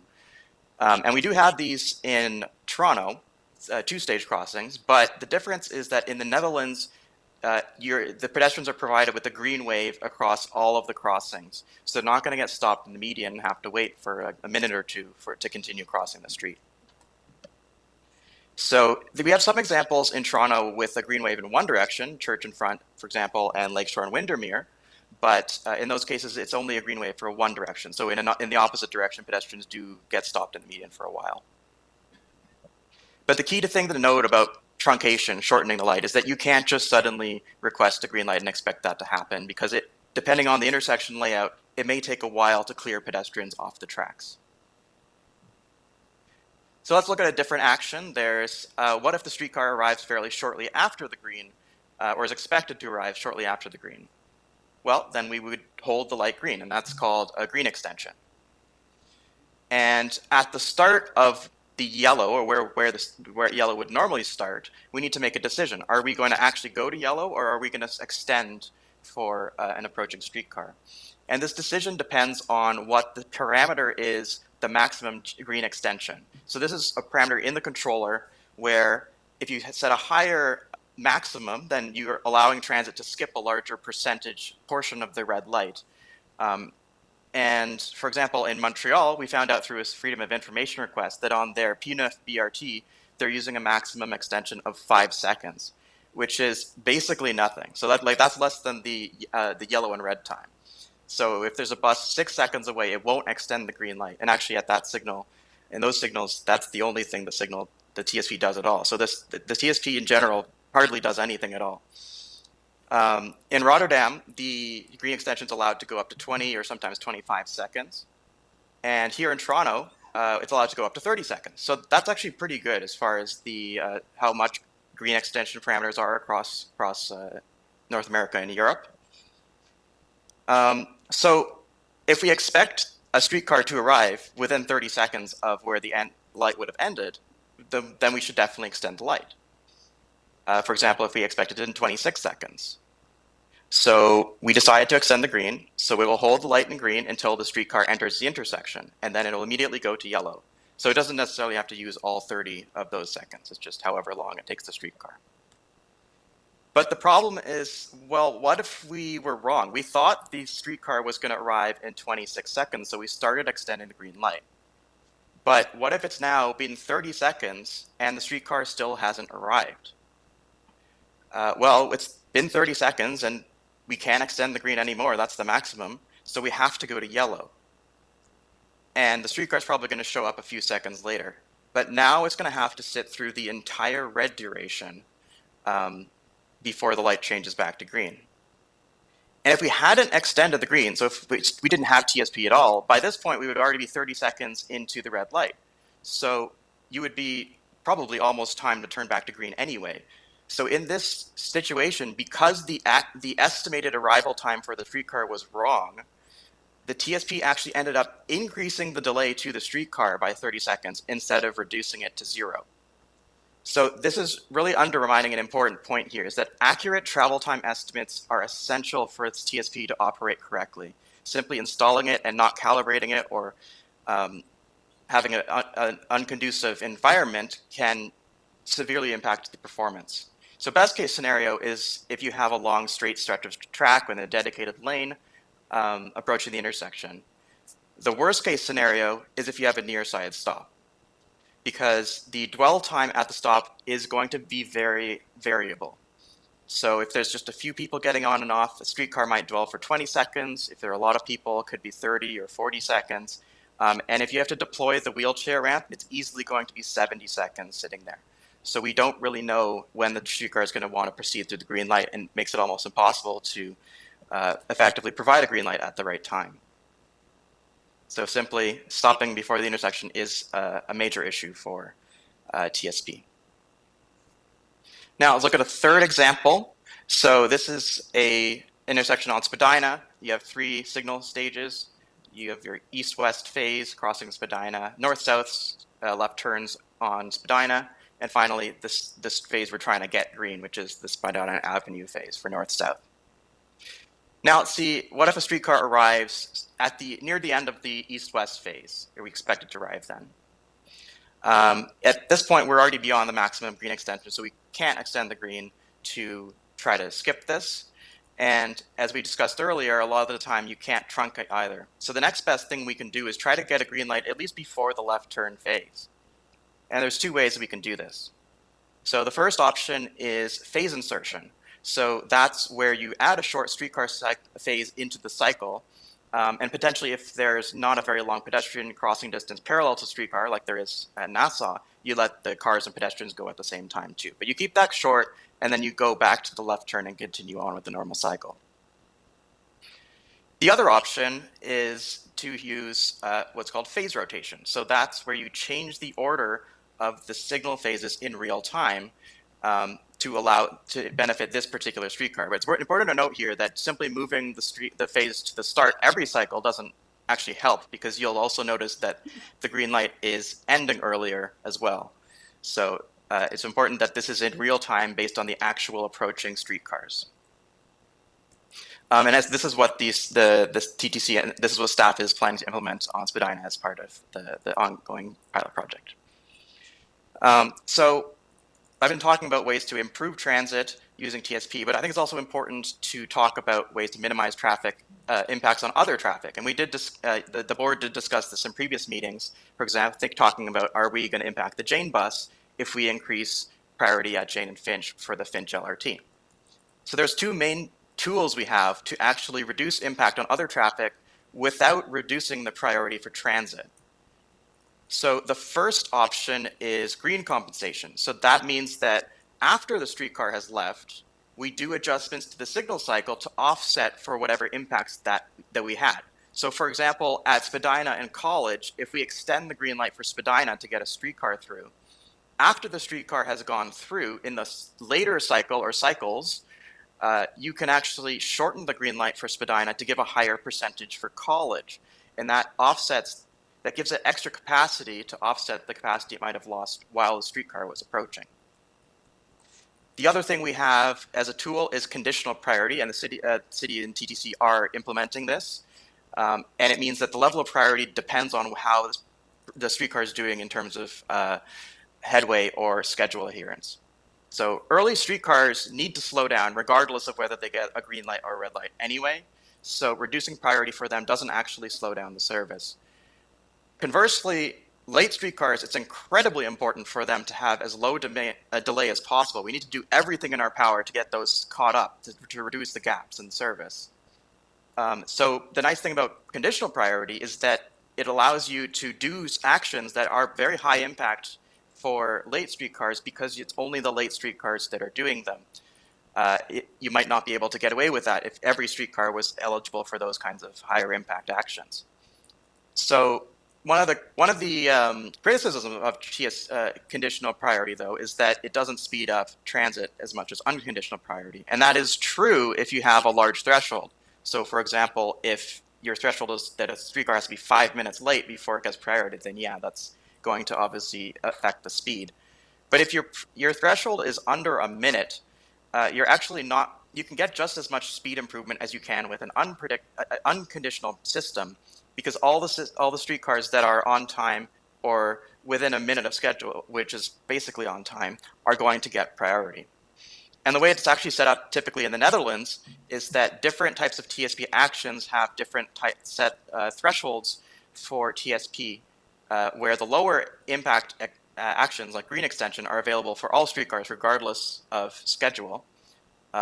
Phase insertion, which is a little bit higher impact, is only available for on-time or late streetcars, and red truncation is only available for late streetcars. And the key here being that late streetcars are less than, they could be as little as 20 seconds behind schedule. So the key I'd like to take the board to take away from this, other than hopefully learning more about how TSP works, is that Toronto does have a strong TSP system. The equipment can do most things we could imagine it would like to do, but it's constrained by policy, like the fact that we didn't used to have phase rotation, and the intersection layouts, so our very long single-stage pedestrian crossings. So my tips to improve TSP in Toronto are to trial more pedestrian-friendly multi-stage crossing timings at our existing multi-stage crossings, explore opportunities to eliminate near-side stops either by moving them to the far side or eliminating them entirely, introducing phase rotation and or insertion to let streetcars skip ahead of your left turns, as you're already doing, and use green compensation not just on a case-by-case basis as we do now, but also as standard practice. And to continue the rollout with conditional TSP, but make sure that the thresholds are quite aggressive, so less than a minute. Thank you for your time. I'm open to answering questions if there are any. Thank you very much, Narayan. Vice Chair Mahavik, 5 minutes. I'll put it in the form of a question. This is very helpful, by the way, and a good teaching tool. And what I take from it, it's more complicated than sometimes we think. But here's my suggestion that I'll put in the form of a question. Why would you put, like any of the pages that has a straight line across, why in a situation where your word, and I think it's the right word, is cycle, would you put it in a line? The line gives the illusion that there's a beginning and an end, and that you just have to put more green at the beginning or more green at the beginning. Why wouldn't you put it in a circle so that as a teaching tool, it's more understandable? That's my suggestion. I put it in the form of a question because that's the way you got to do it here.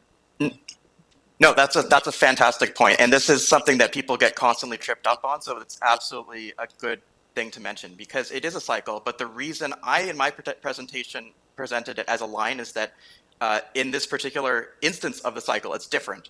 So I'm changing, the TSP is changing this current cycle, but the next cycle is actually going to be doing something different. So it is helpful to have them on the screen at the same time. However, the fact is it is a cycle. So if we are just talking about the background signal cycle, which is the same every single time, then yes, you should definitely show it as a circle. And that also means that the order doesn't matter. There is no such thing as start and end in the signal cycle. It's a cycle. So whether the left turns come before or after the streetcar phase is arbitrary, because something that comes if the streetcar phase comes after the left turns, it also comes 2 phases before the left turns. It's the same thing. There's no such thing as before and after in the generic cycle. That's okay. Commissioner Yep. Osborne.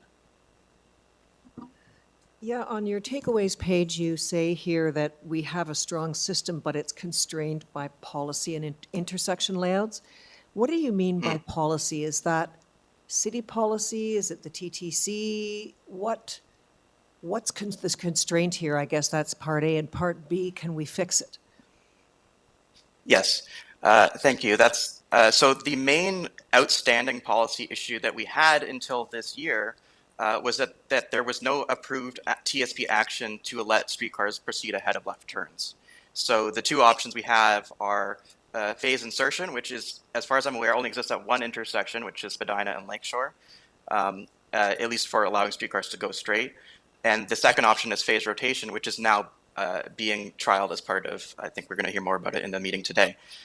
So now that this is happening, that was the main outstanding policy issue, was the fact that we didn't have that until 2026.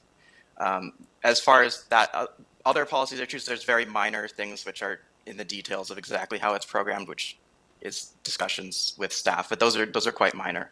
Okay. And for the I think the question also included intersection design. That was mostly the pedestrian crossing distance is the main limitation on our ability to change timings to get a green light for an approaching streetcar. Thank you. A really interesting presentation. Thank you. Thank you. Any other questions? No? Okay, I have a few. Narayan, do you have a sense as to how much quicker we can make our streetcars if we were to implement sort of the changes that you're suggesting? At least some of the basic ones, like real TSP. Yes. So I unfortunately don't remember off the top of my head, but Jonathan English and I did some back of the envelope calculations. It was on the order of a few minutes end to end on Spadina. A few minutes was the answer. But as a percentage change, that is a fairly significant percentage change. Spadina is only about 3 kilometers from Bloor to the lakeshore anyway. Great. Okay. And do you have examples of other cities? I know you've touched on Rotterdam. I think you touched a bit on Montreal. Are there other cities that sort of implement this type of transit signal priority in North America for surface rail? So as far as I'm aware, most of the LRT systems in North America, including Calgary, Edmonton, a lot of the US ones, will be actually using rail preemption. So that's the system I described, the same as we use for the GO trains at minor intersections. But the thing is that because they use that system, they will grade separate the major intersections. So the new LRT lines, for example, in Los Angeles, they wouldn't go through Jane and Finch at grade. They would build a bridge because their standard is to use absolute priority, and that would just create a complete mess of traffic if we did that at grade. In the Netherlands and France, TSP is very common to use for trams, and they're getting very close to not quite guaranteeing a green, but if you've traveled around Europe, you'll notice that the trams are almost always getting a green light, and that's because they're using a strong TSP system rather than rail preemption, which is what you might see, for example, in Calgary. And thank you. And then just to make sure I understood your comment, was your recommendation for stops that are on the other side of traffic lights, that if they can't get transit signal priority, that those stops should potentially be eliminated? Those near side stops? Well, it's just, in general, near side stops are not good for transit signal priority. So if there are opportunities to move a near side stop to the far side, that generally, it's not always the case if there's very close intersection spacing, but roughly speaking, generally it's better to have them on the far side. So I was more mentioning it because there is often a comment that's raised by advocates about we should move them to the near side. And that's definitely a bad idea if we actually want the signal priority to work effectively. So I think we're hearing those comments because what's often the experience in Toronto is you get to the light, you wait left turning vehicles, and you wait for the red light, and then you go on the other side of the street, then you stop, and then you unload and offload your passengers. So Are you saying that that is not, the system is set up to design a certain way, but we're not actually implementing those tools to make it work in the way that it was envisioned to work? Hard to say what envisioned entails, but yes, the issue is not that the stop is located past the intersection. The issue is that the light was red in the first place. Got it. If we have the system set up well, we may not guarantee a green light every time, but almost all of the time, if we have strong TSP actions, so we have long green extension parameters, we have phase rotation or phase insertion available, and if we can shorten the light as well, if we have multi-stage pedestrian crossings, there is in most situations, the streetcar wouldn't have a red light in the first place, and that's the real issue, not the location of the stop. Okay, great. Thank you, Narayan. I'm just going to move to does anybody else have any other questions?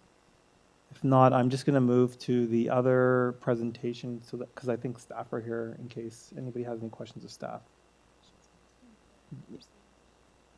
But they might, okay, do you want to do the questions of staff after? That's why they're here. Yeah, I've just combined them, yeah. Thank you, Narayan, very much. That was great. So we're going to just move on to item TTC 13.5, presentation developing a surface transit revitalization plan. We are joined today by Jonathan English, founding principal InfraStory Insights, to present for us today. Jonathan is a policy expert on infrastructure and transportation with international experience. Welcome, Jonathan. Yep.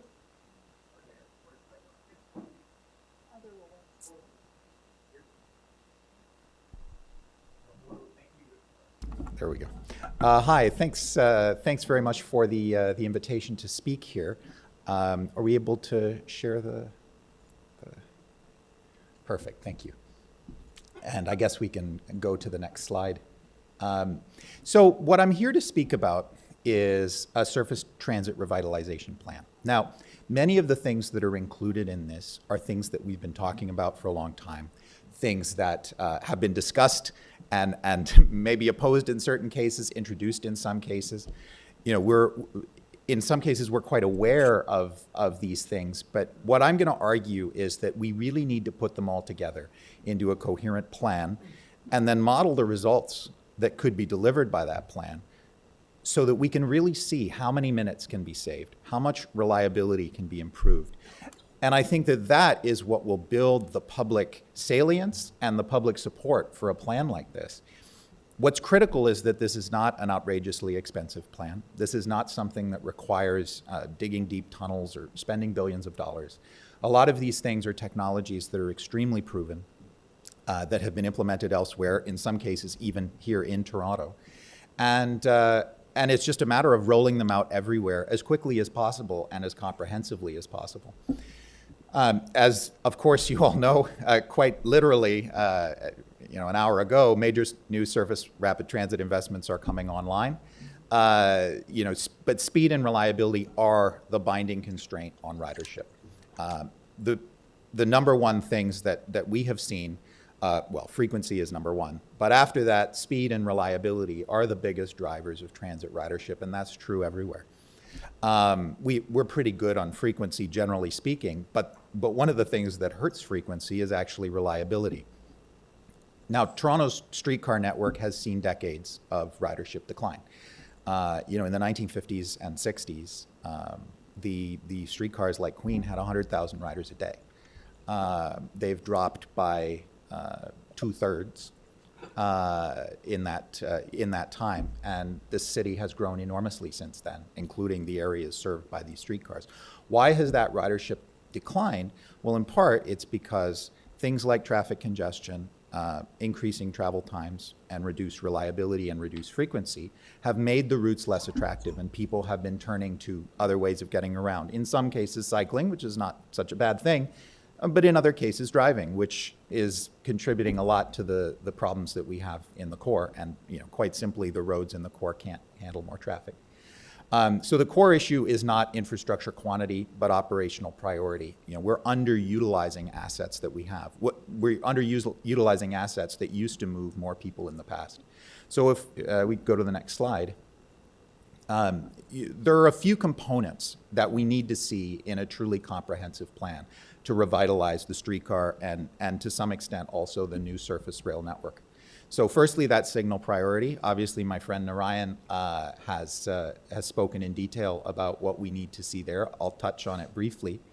Second is speed policy reform. The third is stop rationalization. That's something that has been studied, here by TTC and the Commission and Council for a long time, but it needs to be done in a comprehensive way, not a stop-by-stop way. And thirdly, the introduction of modern systems that have been proven here and elsewhere in the world.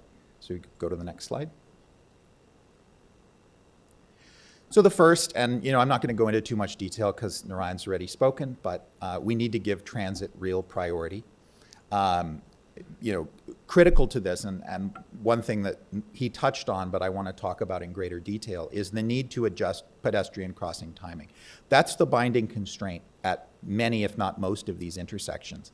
You simply can't shorten or adjust or rapidly switch the signal timing because pedestrians, and all pedestrians, including people who are mobility constrained, need to be able to have enough time to safely cross. You can't suddenly give them a red light when they're halfway through the intersection, except you can, because in most places with trams like the Toronto streetcars, especially the ones in dedicated rights of way, and that includes Eglinton and Finch West, they, generally speaking, use two-stage crossing. And as Narayan described, two-stage crossing can actually be pretty quick for pedestrians. Most of the time, they're going to be able to do it in a single stage.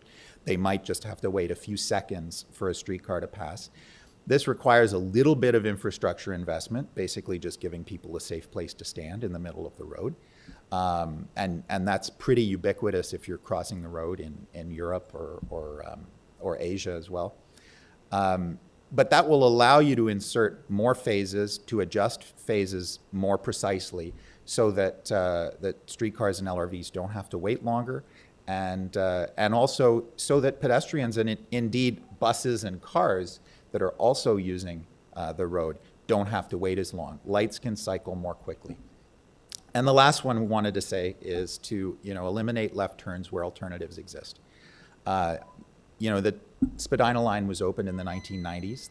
It's now been a long time. It's been about 30 years. And at that time, the decision was made to give left turns at basically every intersection. That's the lowest capacity use of the intersection. As Commissioner Mahevich said, it is a cycle. So the only way that you can get effectively new time into the cycle is by eliminating a cycle phase that might not be the highest capacity use of the road.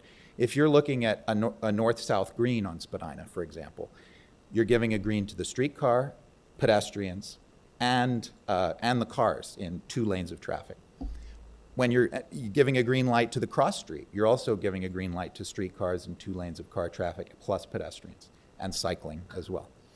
When you're giving a green to the left, you're giving, to the left turners, you're giving a green just to 1 car at a time turning left on each side of the road. It's the lowest capacity use of the intersection, and this is especially problematic at the major intersections like College, because you're also taking the time, College, Dundas, Queen, you're also taking the time from the east-west street and those streetcars. So if you eliminate the left turns there, people do have alternatives, and it will allow the intersection to cycle more rapidly and give more time both to the north-south and the east-west routes. So we can go to the next slide, please. The second is to review speed limits. So the speed limits on the streetcars have been dropping steadily over the years. The example that I like to use, the Queensway right-of-way, was built in the 1950s as a very high-speed route. It looks kind of like a highway. It's built like a railway on ballast. But current posted speed limits are far below the design capacity or capability and what that route operated at many years ago. That's just one example. There are all kinds of examples where limits are lower than parallel car traffic. I think an important point to raise is that TTC operators are highly trained, highly experienced. If anything, they're the safest drivers on the road. But we hold them to a higher standard than a car or a truck driving right next to them. I would argue that that doesn't really make sense.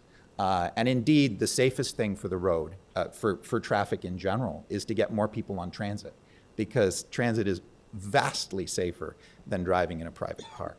And a good way to do that is to make transit faster and more reliable. Fixed guideway vehicles can operate quickly.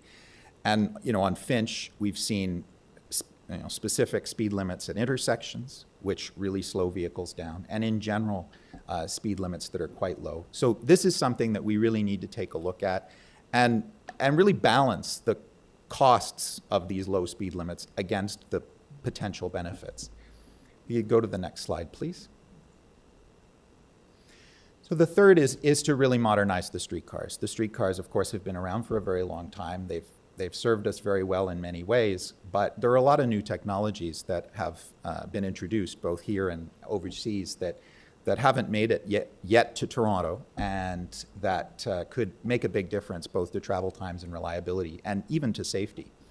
So, firstly, if we could procure a modern streetcar control system, switch control system, we could eliminate manual switch verification. So that's stopping the streetcar to take a look visually to make sure that the switch is set correctly before you proceed.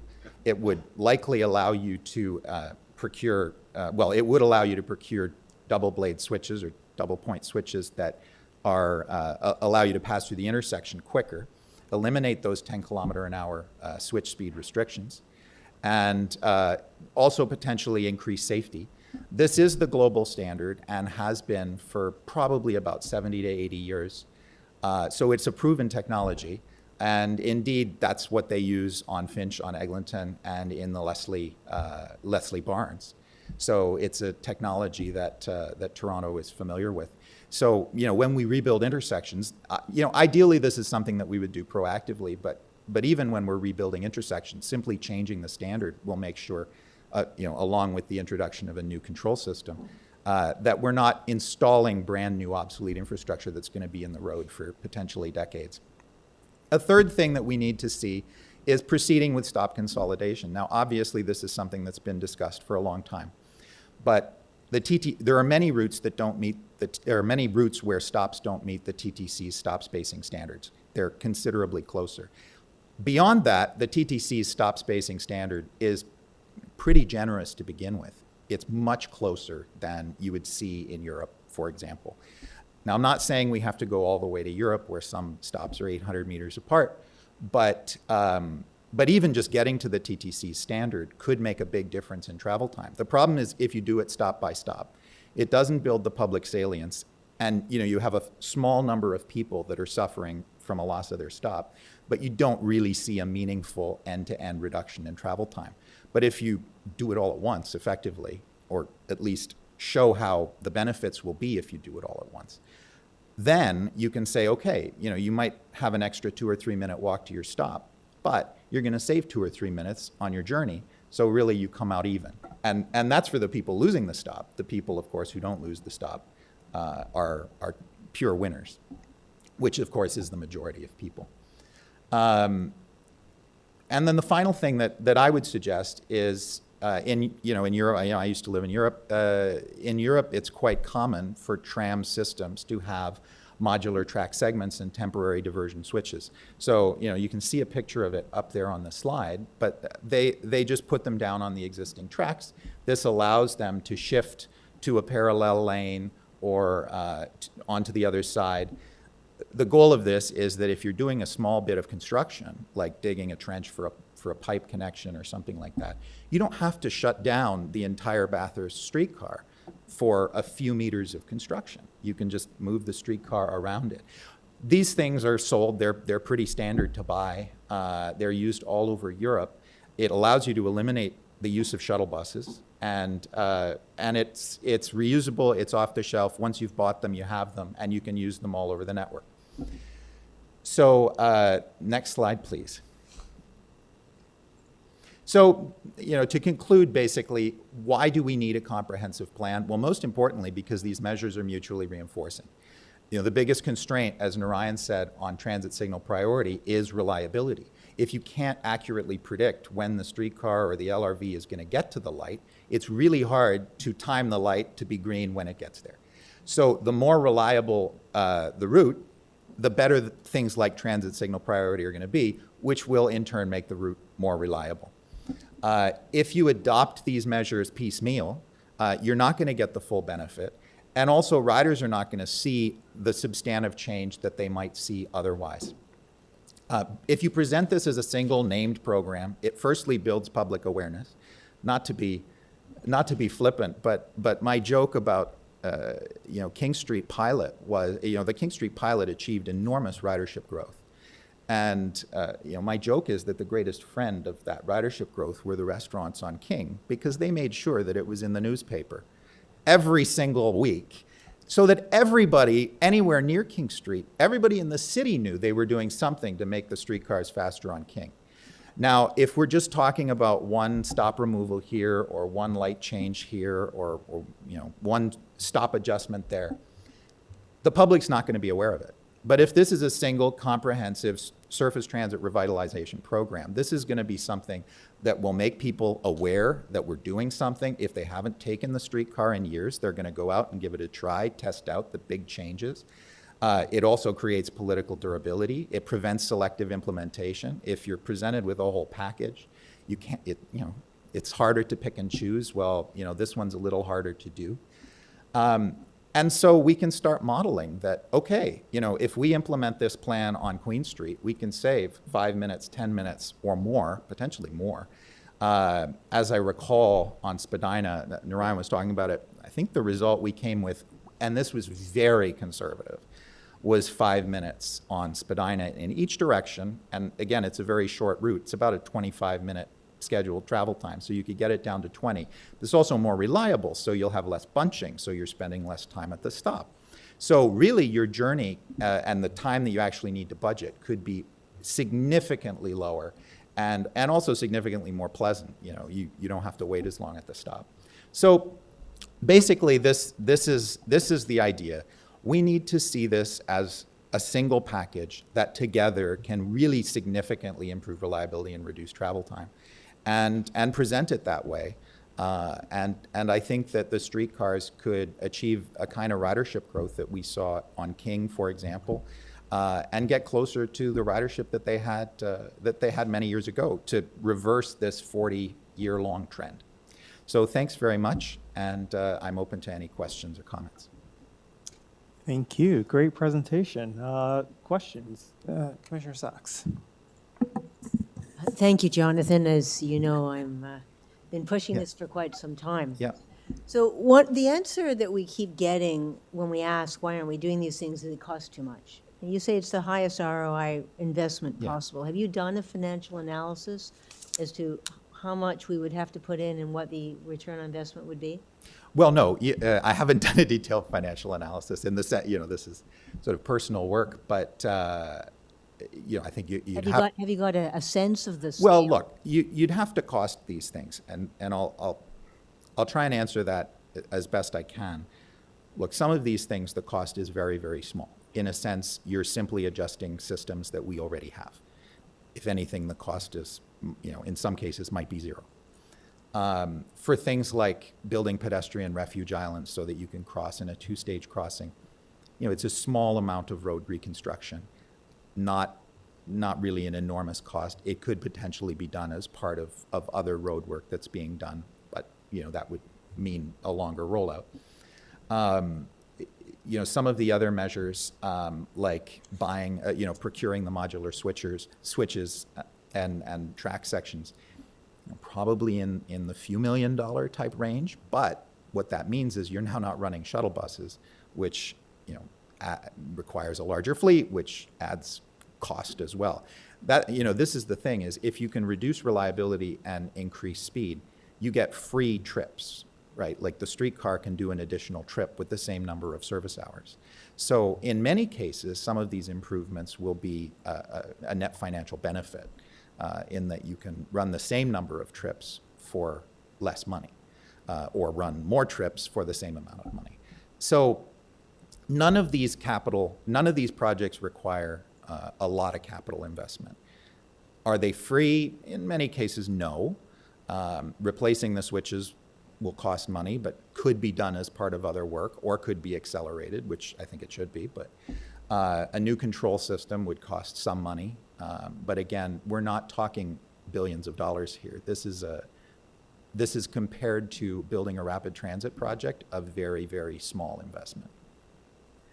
We've asked over and over at this board why the TTC keeps installing single-point switches.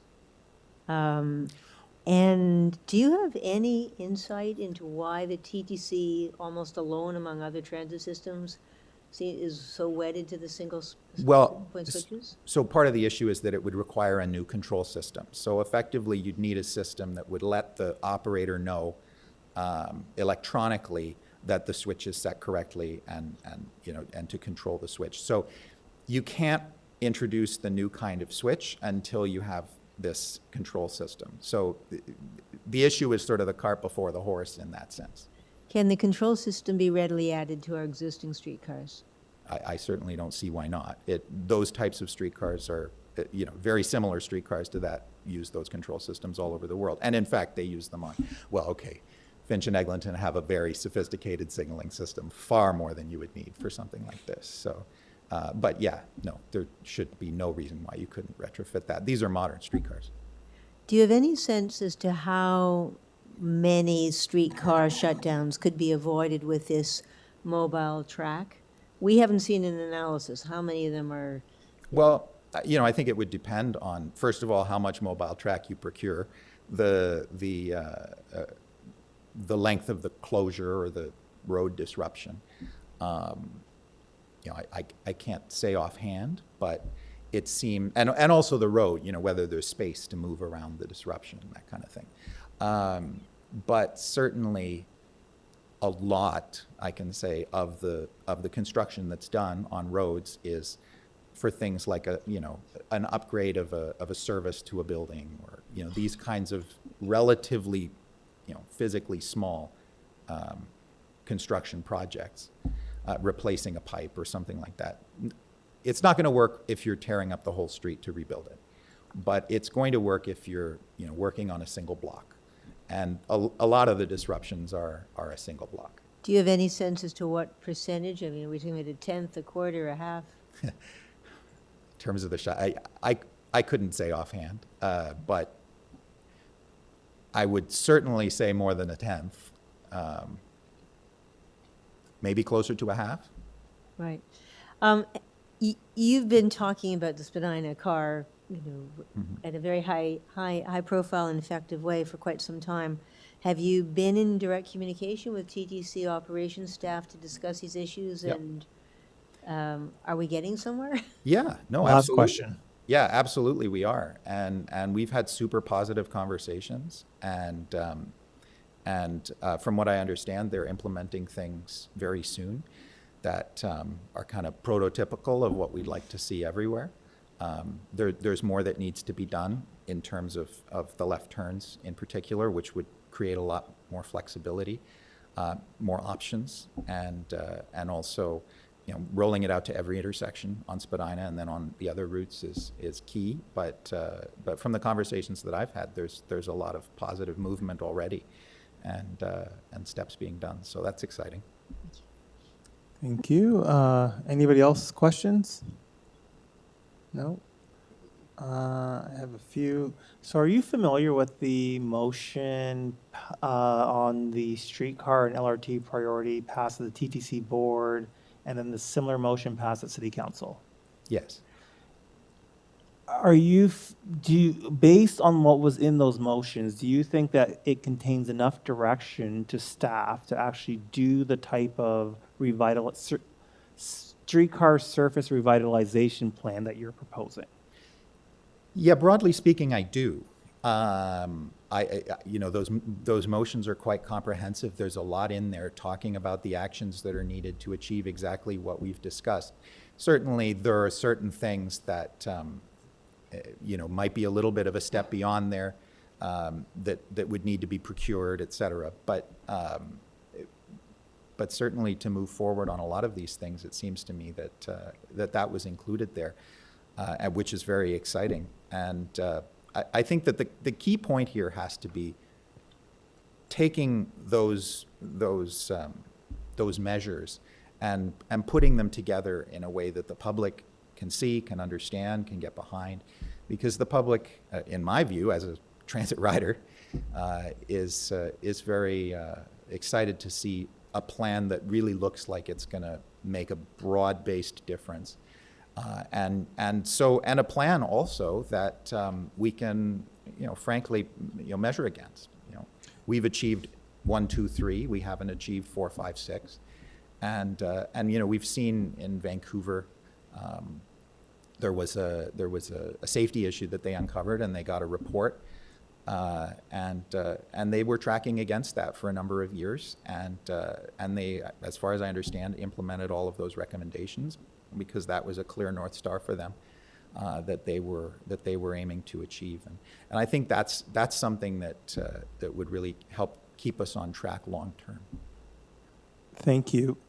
So we've passed these motions and we were asking for a report back. I believe it's the end of Q1 2026. What should we be looking at as to what are the measurements of success? Is it ridership? Is it end-to-end ride? Is it on-time performance? Like, what's the key thing that would let the board know if these changes proposed by staff are actually working? Well, I think travel time and reliability, on-time performance or headway maintenance are pretty key metrics. It's important to see how big of an effect each of these changes has. But again, a single light or a single intersection will have an effect. But it's really only when you take all of them together that you begin to really notice a meaningful change to the amount of bunching, the travel time, all of these kinds of things. Okay, we'll take Spadina as an example. Changing one intersection will make a difference to people. But once you change all the intersections, then I think you'll see a meaningful reduction of those things, bunching and travel time. So even if you don't see an enormous change from single interventions right away, that doesn't mean that they're not working. It's that you need more of them. So you would say that we need a comprehensive plan for every single line, not just, change here, like something comprehensive and overarching that's going to produce, I guess, measurable difference in the commutes of riders, similar to what happened in the initial phases of the King Street pilot. Yeah, absolutely. Because again, these are mutually reinforcing. More reliable streetcars means better signal priority, which means more reliable streetcars. And so without that comprehensive change, you're not going to, you're going to get a relatively small percentage of the potential benefit.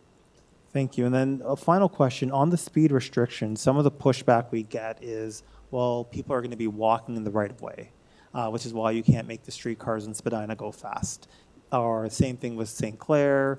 People are going to be walking in the right of way. What would you say to that? I mean, people walk in the road, and we're not reducing the speed limit on cars and trucks. And at a certain point, again, the TTC operators are the most trained, most experienced, most skilled, most likely drivers in that road at that time. So it doesn't really make sense to me why a truck should have a higher speed limit than, not that truck drivers are not also professional drivers. Some of the car drivers, not so professional. Right. But I don't really see why they should be subject to a lower speed limit than a car or a truck. So it's not it's not a very convincing argument. Look, again, the safest thing for people, and there's been a lot of public health research on this. I have good friends that I'm I'm in the academic world. I have good friends that have done this exact kind of research on the relationship between transit and public health. The safest thing from a transportation safety perspective is to get more people on transit. So if we had 50,000 fewer people driving in their car, or if I'm frank, from a safety perspective, even riding a bike and riding the streetcar instead, that 100% would save lives. Thank you. And so, making transit more competitive is a safety benefit. Great, thank you. Thank you both so much. Oh, sorry, please. So I just wanted to get clarification. When you said comprehensive, do you mean all the streetcar lines at the same time? Or would comprehensive be also if we just said we're going to do St. Clair or we're going to do Spadina? Is that comprehensive enough? Yes, it really could be done by corridor. What I mean by comprehensive is all the different elements. So it's the signal priority, it's the speed limits, it's the new technologies and those things. But absolutely, that can be done by corridor. Okay, thank you. Thanks. Thank you.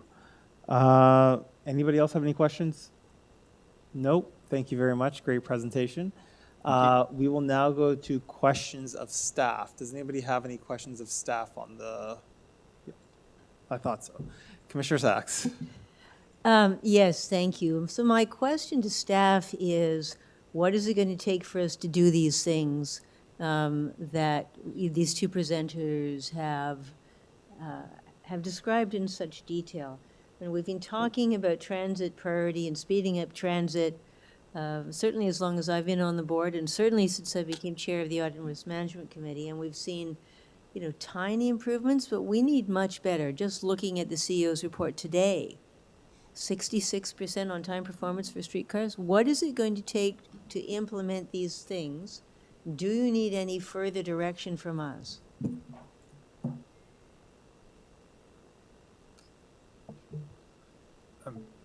Through the chair, I'll start, and I think there's lots of others who can add. So the first thing to address the question of what else is needed from the board or council, the motions that were moved by the board and city council were a marked change in terms of the direction being given. Transit signal priority is largely two things. It's policy that's held by the city, and the technology is really the TTC. That policy setting, though, is a question of setting priorities. And so with the direction from council and the board, that we have much more clarity around that to advance that. And that's why you're seeing some of the really good work that the gentlemen to my right here are doing around line 5 and 6, and some of the work that's already begun and we'll be seeing soon on streetcars. In terms of some of the other elements, and I'll get to some of them, maybe not all of them. In terms of the comprehensive plan, that's something we're already working on and have been for several months, so that's well underway. We're working with TMU and other external experts to develop that plan, and so that's in the works. And so obviously when that takes more shape and form, we'll be bringing it here. The other thing that is always a challenge, and it's easy for us to say, but harder to implement on the ground. The TTC always, consistently, for many, many years, if not decades, advocates for transit priority. The reality is that we do not regulate the road. So it is not up to the TTC always whether we would eliminate left-hand turns or eliminate bus stops or streetcar stops and all these other measures, whether parking is allowed on streets, whether patios are allowed on streets. And so we will continue to advocate for those things, and we have the luxury to be the transit advocate. But we recognize that many people here who wear hats as city councilors or people who are city bureaucrats don't have that luxury. And often that tension results in transit not being prioritized and some of those other elements being prioritized. So we will continue to advocate for that, and that will be demonstrated and quantified in the plan that we bring forward. All right, well, that was my next question. So we've had Mr. English say this has got the best return on investment of any potential transit investment we could make. Can we get a financial analysis of what it would cost to do these things and what the return would be for our system? Through the chair, part of the work that we've begun is to do that exact analysis, to look at by corridor or by network what some of those enhancements would bring in terms of what the value proposition is, what that return on investment is. I think to date, often what's happened is we've been able to get incremental wins like on Dundas. When we describe those wins in terms of minutes saved, sometimes they don't sound compelling to, say, a car driver or maybe a policymaker who responds to a car driver. And so part of the effort is to kind of aggregate that in a more robust way so that case becomes more compelling. When can we see this analysis? I can give you a better answer to that question at our next meeting. Right. And Mr. Brown, good to have you here. But again, hearing again the enormous benefits, and we know the enormous benefits to the city when transit is better. Do you need any further direction from council, or do you need a request from the TTC to make more of these changes? Through the chair, no. The direction we received was very clear and gave us the mandate that we needed to basically change the priority around how we time our traffic signals to ensure that transit is given the best priority we possibly can.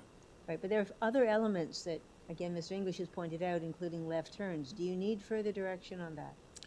Through the chair, as we go through with specific examples for potential changes, there may be the need for specific bylaw amendments or changes along the way, but we can identify those and bring them up through community council and expedite approvals in that regard.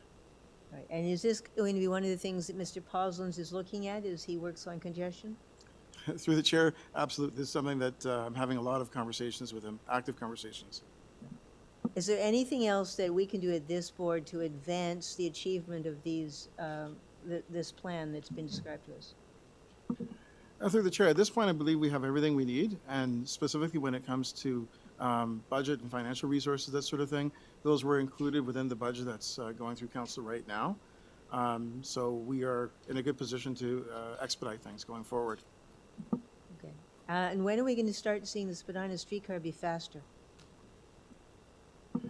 We have 2 locations that are basically being activated, I believe, this week, and a 3rd location that's going to be mid-February in coming.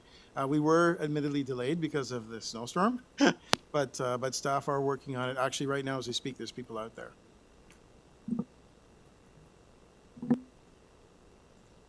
That's it. Thank you. Any other questions? Anybody? No. Okay. Thank you.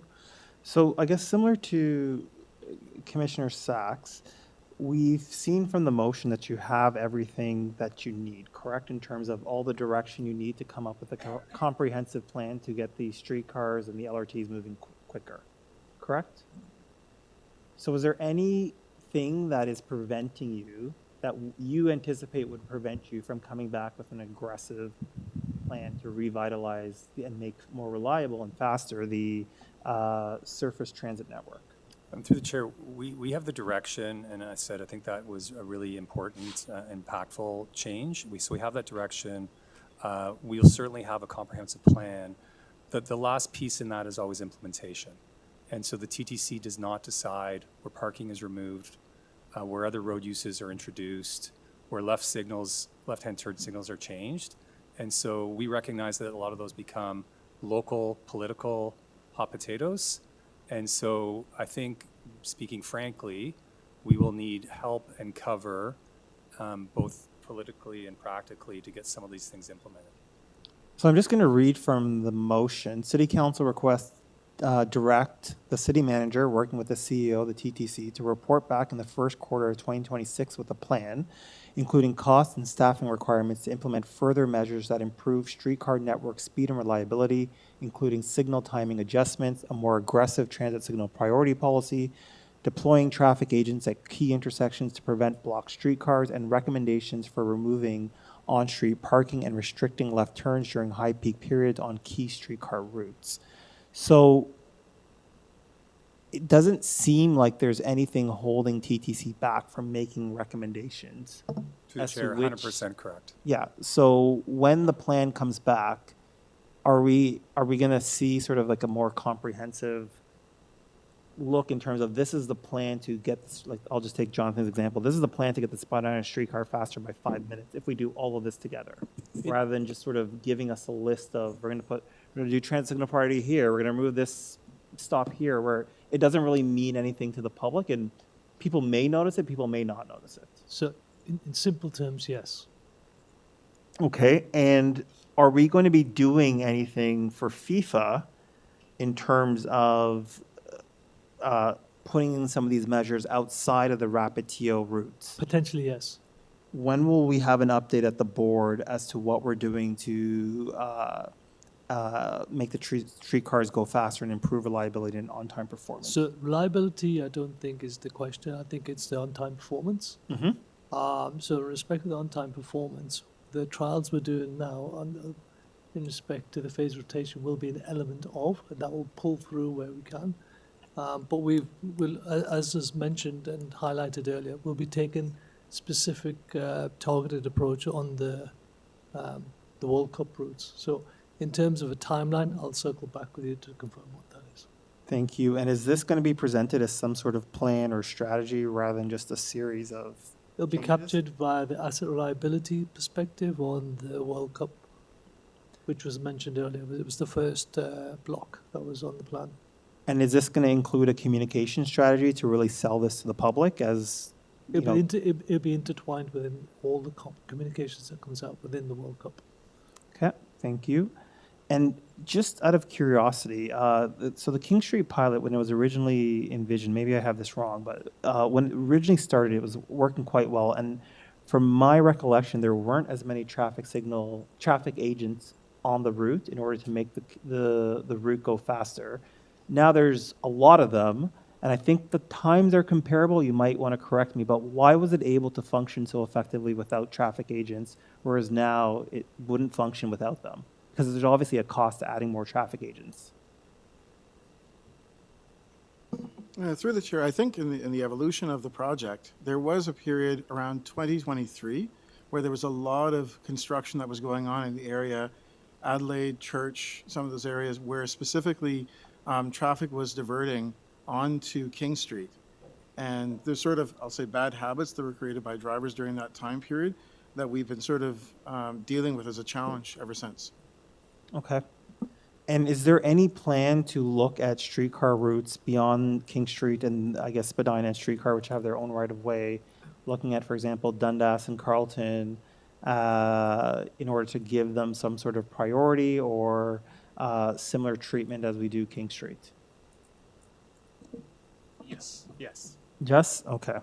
Final question, and regarding the single switch versus the double switch blades, when will the board be getting some sort of report analyzing a path forward? Because I feel like we've heard this originally from Alan, he's smiling there, about 2 years ago in terms of this was an issue, and it seems to be coming back. So when are we going to actually get a report looking at the pros and cons of what we're currently doing and how we can move forward with a system that the rest of the world is already using?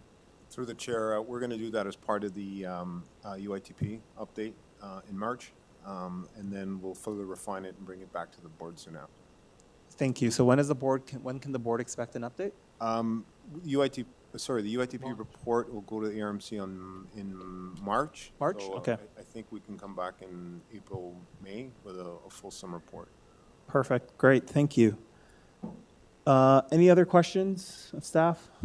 Seeing none. Any speakers on the item? Nope. Okay. Thank you. I will just move a motion to receive both presentations. All those in favor? Opposed? Carried. Thank you. Next item of business is item 13.3, approved minutes of the Advisory Committee Accessible Transit General Monthly Meeting of November 27th and December 18th, 2025. And I'd like to welcome the new ACAT Chair, Sophie Petrillo, to present the minutes. Welcome, Sophie, and congratulations on your recent election as chair. Yeah, no, sorry, you've been waiting a very long time, so sorry about that. It's my pleasure. Thank you for the introduction and thank you for having me today. I'm pleased to be the 2026 chair for the Advisory Committee on Accessible Transit, and copies of the approved minutes from our November and December general meetings are in your board materials. So I'm just going to begin with a summary of some of the key activities and discussions from ACAT's November and December subcommittee meetings. There were three main activities that garnered a lot of discussion at ACAT, and one was the 2025 Public Forum on Accessible Transit, which I'm sure you're all aware is an annual event that invites members of the public to provide direct feedback to the TTC on matters relating to accessible transit. The members of ACAT also had the opportunity to do test runs on Line 6 and of the LRT, and a partial review of Line 5 of the LRT of some of the open stations. And so that garnered, as I said, a lot of discussion in the various subcommittee meetings. So starting with our communications subcommittee, in November, members raised concerns about signage at the Scarborough Town Center station. In particular, it was found that many signs were mounted too high, making them difficult to see for people with low vision or anyone seated in a mobility device. The committee also received several Wheel-Trans updates, including some work that's going on with respect to equity consultations, some new travel training videos, and plans for an event recognizing the International Day of Persons with Disabilities. In December, the committee focused on their observations and experience riding the LRT Line 6 Finch West line. And one of the big things that came out of that was the members commented and emphasized the need for clear train announcements. And this is obviously of particular importance to anyone riding the system with visual impairment, since they can only know where they are going by listening to the announcements. With respect to the subways, there was a review by members of subway platform boarding decals designed to improve customer flow and help riders with low vision identify safe boarding areas. And an ongoing topic of discussion at the communications subcommittee meeting is looking for various ways to improve the Wheel-Trans app and self-booking website. Again, particularly for riders with visual impairments that use screen readers or other such adaptive devices. Moving on, the design review subcommittee did not meet in November, but was quite busy in December, reviewing feedback from the 2025 Public Forum. One of the key kind of themes that came out of that is the use of priority seating, and in particular, perhaps the need for further public education on this issue, so that members of the public who may be seeing using the priority seating may know, better understand when the need to give it up is if somebody with a disability requires the use of the seats. As I said, members also had the ability to participate in the Line 6 LRT visit and provided a lot of feedback on issues such as signage, quality of verbal announcements, emergency communication, and areas of refuge, which are intended to be meeting spots for people requiring extra assistance in the event of an emergency or evacuation. Moving on, strategy and planning members took part in a partial visit to Line 5's openings at Cedarvale and Mount Dennis. And again, feedback that was shared really focused around clear signage, consistent pickup locations when you're getting dropped on and off as part of the family of services, and also protection from cold weather during transfers. That seemed to be a particular concern to some members as well. In December, the committee continued reviewing feedback from the public forum, and this discussion really focused on sidewalk conditions, elevator outages, and route level concerns. There's also ongoing discussions in the subcommittee about the Presto support person assistance card and coming up with the best model to avoid fare evasion while still allowing the person requiring assistance the freedom and flexibility to have more than one person accompany them on their TTC transit trips. Finally, the subcommittee for Wheel-Trans operations met in November, and they discussed the LRT and Wheel-Trans stop labeling, emphasizing the need for clear direction of travel information. As always, there are standing agenda items for the committee, which include a review of customer complaints and commendations, Presto issues, new landmark pickup and drop-off locations, and discussions about how to improve overall service consistency. And that was all discussed in November, but the committee did get a break in December as there was no meeting there. And so that is the update at a high level of the ACAT subcommittees. Before I take any questions from the floor, I just want to, since this is my first meeting with you, I want to take a moment to thank you for making accessible transit a priority. And the fact that ACAT is invited to speak directly to the TTC decision makers every month demonstrates how seriously accessibility is taken at the highest levels of this organization. And that is not lost on the members of ACAT. In many instances, accessible TTC services, whether it's Wheel-Trans, the conventional system, or a combination of both, are the only practical and affordable means of travel for someone with a disability like myself. And the services that TTC provides allows me to live a full independent life. And rather than being a burden to family and friends, I can get to all of doctor's appointments, I can get to and from work, errands, and more importantly, it allows me the opportunity to enjoy all the fun things that Toronto offers, such as shopping, sporting events, concerts, and so much more. So I just want to really thank you, because you're not just operating a transit system, you are truly providing people like myself with the opportunity to live full, independent, connected lives in this city. And that is something that I don't know that you can fully appreciate unless you have had restrictions on your daily mobility in your life. So thank you for that. And of course, I'm happy to take any questions from the floor that anyone may have about ACAT's activities. Thank you so much, Sophie. Does anybody have any questions? Seeing none, thank you very much. And we're looking forward to working with you as well to make Toronto more accessible for people with disabilities. Thank you very much. Thank you so much, everyone. Have a great day. Thank you. Thank you, Vice Chair. All those in favor? Okay. We are now on to item TTC 13.6, revitalizing TTC branded merchandise, progress, insights, and strategic direction. And we have a speaker on this item. Go ahead, Alan. You have 5 minutes. Hi there. I'm just waiting for my screen to pop up. Just give me a sec here.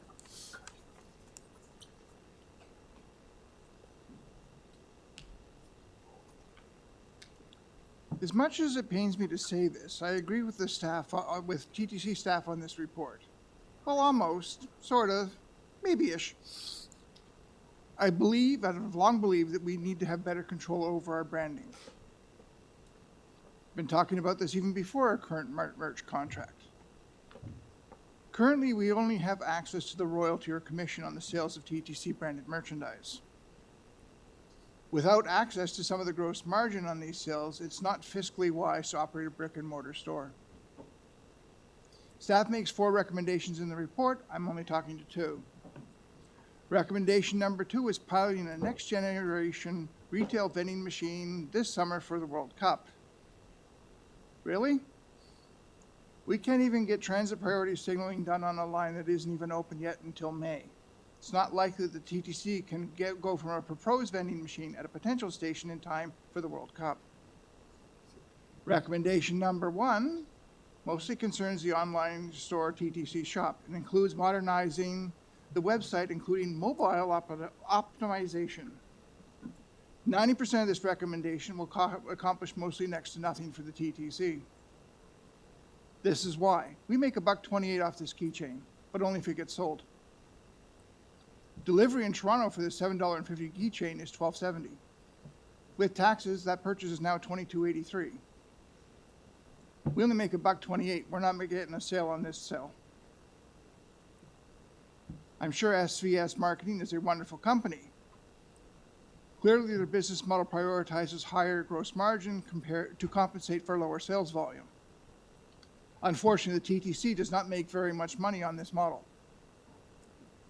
In retail, 80% of your profit comes from 20% of your SKUs.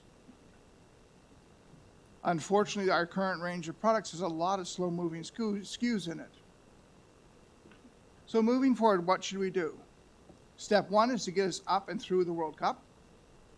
Step 2 is 2027 and beyond. For step 1, there will be 2 major passenger pinch points during the FIFA World Cup. Union Station, and the Fleet Street Hub. Both are city-owned or TTC-owned properties. Working with Tourism Toronto and the TTC, this is a great opportunity for us to give excellent information on how to use the TTC and let our passengers get from here to there. It's also an excellent opportunity to sell some merch and make a little bit of coin. Along with the customer information, maps, ride guides, etc., we would sell these 6 SKUs only. Why these ones? They're cheap and cheerful, they have wicked amounts of gross margin, and you can pack them in your suitcase to take home with you. If we contact SVS Marketing this month, we should be able to get these SKUs in sufficient quantities for the World Cup. Step 2 is stepping up our pop-up presence at subway stations and taking them to the next level. Across our 70 or so subway stations, we should commit to a pop-up shop at least once a month. Now to take it to the next level, we can take a decommissioned TTC bus, and using the bookmobile model, we could use a bus wrap to create a TTC shopmobile. This would help support our pop-up shops. This shopmobile could also be deployed at community events across Toronto as well. At these community events, there would be TTC would have ward-specific route guides and information. They would also have information on transit projects for that part of the city as well as citywide projects. The merch part of this TTC mobile shop would be 10 to 15 SKUs that would be supplemented with seasonal ones. Obviously, with more, this plan has more, we would have more skin in the game. We could demand more of the margin from the SKUs that are sold in the TTC mobile shop and better input on new products that are designed for the TTC brand. This plan would increase positive customer TTC interactions. It could also significantly increase non-fare revenue. Thank you. Thank you, Alan. Does anybody have any questions? No? Okay, thank you very much. Does anybody have any questions of staff on this item? Commissioner Osborne. Yeah, the numbers are actually a little lackluster here. I'm just curious. We're talking about an average of about 25,500 in net profit to us without having to staff and so on. What did it cost you to prepare this report? Through the chair, Commissioner Mahevik may not be far off. Any report we write, the going rate is somewhere between $20,000 and $50,000. Sorry, say that again? $20,000 to $50,000 for any report we bring to the board. I would say that this one is actually on the lower end, just because it was higher level. But the board direction was for us to explore, approved by the board, a brick and mortar store. We've come back with some analysis that would suggest that we should be a little more nimble and opportunistic, recognizing our other priorities and the fact that we don't certainly have the startup resources or investment to take on a huge initiative, so that we'll enhance what we're doing now, that we don't think a physical location makes sense for a lot of reasons, and that we would look to World Cup, other seasonal events, pop-up activations, automated retail as ways to get the brand out there and make some money. But at this point, it would not be a massive undertaking based on the lack of investment we have. But if I recall correctly, you said you need more people when that was part and parcel of your let's increase the revenue. There was one of the things that we were looking at. Let's increase non-fare revenue. You said that we need to have X more headcount depending what activities we were going to be embarking on.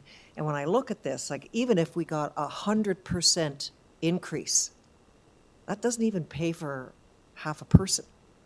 And through the chair, that's correct. So this is, I don't want to diminish the work that people do on this, but this is duties as assigned or side of the desk exercises right now at the TTC. Yeah. If we were to invest further in that, I think the business case would be have to get some serious scrutiny based on the numbers you just gave. The one area, though, we do think the investment is warranted is on a much broader non-fair revenue focus. So not just the retail and brand and merchandise, but all the ways in which we try to increase non-fair revenue. And we think that from that perspective, the ROI has then become somewhat compelling, that it would pay for, in the case that we're trying to make right now, an additional person to lead those efforts. So that's sort of where I was going with my next question. In terms of the return to the TTC, when you look at the totality of the programs that you're considering for more revenue, where does this fit on the priority list? This is through the chair. This is lower on the list. So the highest return is advertising, and so that's why we had a motion and direction from the board last meeting to look at some other new innovative advertising opportunities. So that's certainly the area where, if you're looking at assessing like where would you dedicate a person and resources and get that return, that would far outstrip even 100%, 200, 500% increase in this area. I think we recognize there's some value here for building the brand and having ambassadors out there, enriching the view of the TTC. But on pure ROI, this one would rank far lower than what we would want to invest on in advertising, some of our deals with developers, and some of those other non-fair revenue areas, parking, that would yield much more than merchandise.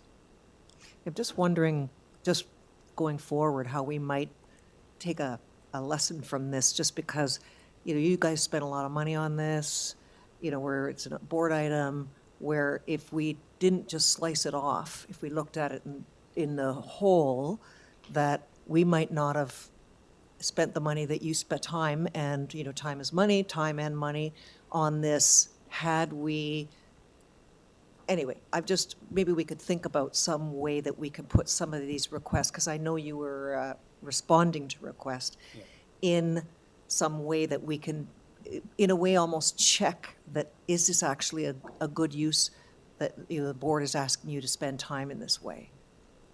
Through the chair, we're obviously take direction from the board, and this was one of them. I think in this instance, where we would see this fitting and nestling in is in our broader non-fair revenue strategy. Yeah. And so this would be one component of that effort and strategy, admittedly a smaller one to your point, but I think that's where then it would fit in. Right.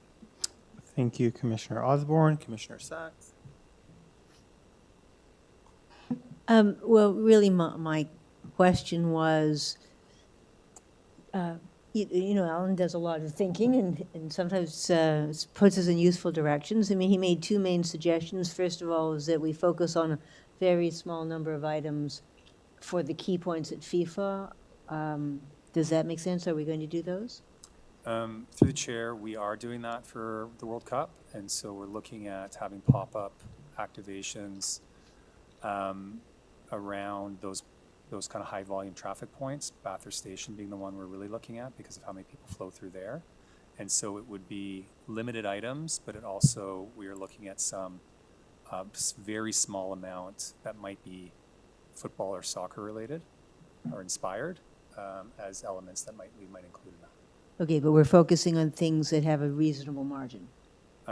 Through the chair, correct. We also, amongst friends, we use the pop-ups to clear inventory too. So one of why we did the Queen Station holiday pop-up was proof of concept to see that it could work, and some of it is just to actually get rid of inventory that's lingered for a while. Okay. So his second suggestion was, once we survived FIFA, doing more pop-ups and/or using a mobile bus. Do either of these make sense in your view of how we should be both building brand loyalty and seeking non-fair revenue? Through the chair, yeah, the plan is, as opposed to brick and mortar, we would do more pop-ups and activations around events, seasonally and things like that, so yes. The bus would require a little more analysis and probably something that would only work in a partnership, in a new kind of partnership model. We think one of the opportunities that requires less work for us, but maybe more high value margins, is partnering with other brands and organizations, and so that's something we're working on right now too. In terms of the pop-ups, I know, for example, every counselor does 2 community environment days, and we've had people come from TTC and hand out, the fold-up trains, but not sell things. Are they able to sell things when you have a booth because there's so many public events where you might have a booth, but I don't know whether you also want to be handing money. Through the chair, it's the money handling that has been the reservation there, and also who can handle money. That's quite a number of staff members that we deploy across the city to these community events, and so we would want to look to have some consistency around training and control of the money, and probably eventually to make it cashless, and we're just not there yet for I think the margins we'd realize. Something we can look at, but it's not something we're in the position to do now. Right. Okay, so in terms of this idea, having some sort of cashless option to sell TTC merch at, for example, my events, how should I pursue that? Through the chair, 2 things. One is let us move forward on the kind of direction that's in front of us today. Secondly, I suspect the margins would be so low. Not worth it? Okay. That it would be the work even to be done to see if it's feasible and create the technology may not be worth it. But as I said, as we get more experience with pop-ups in general, happens to be in a subway station, we can transfer some of those learnings to what that might look like 100 feet away from a station, say at a community event for a counselor. So we'll learn more and be able to deploy or apply those in other settings. You will let us know if that becomes available? Yep, 100%. Okay, thanks very much. I just want to remind everyone, we're at bare quorum, and we're probably going to lose it very shortly, so only ask questions that you really need to ask, please.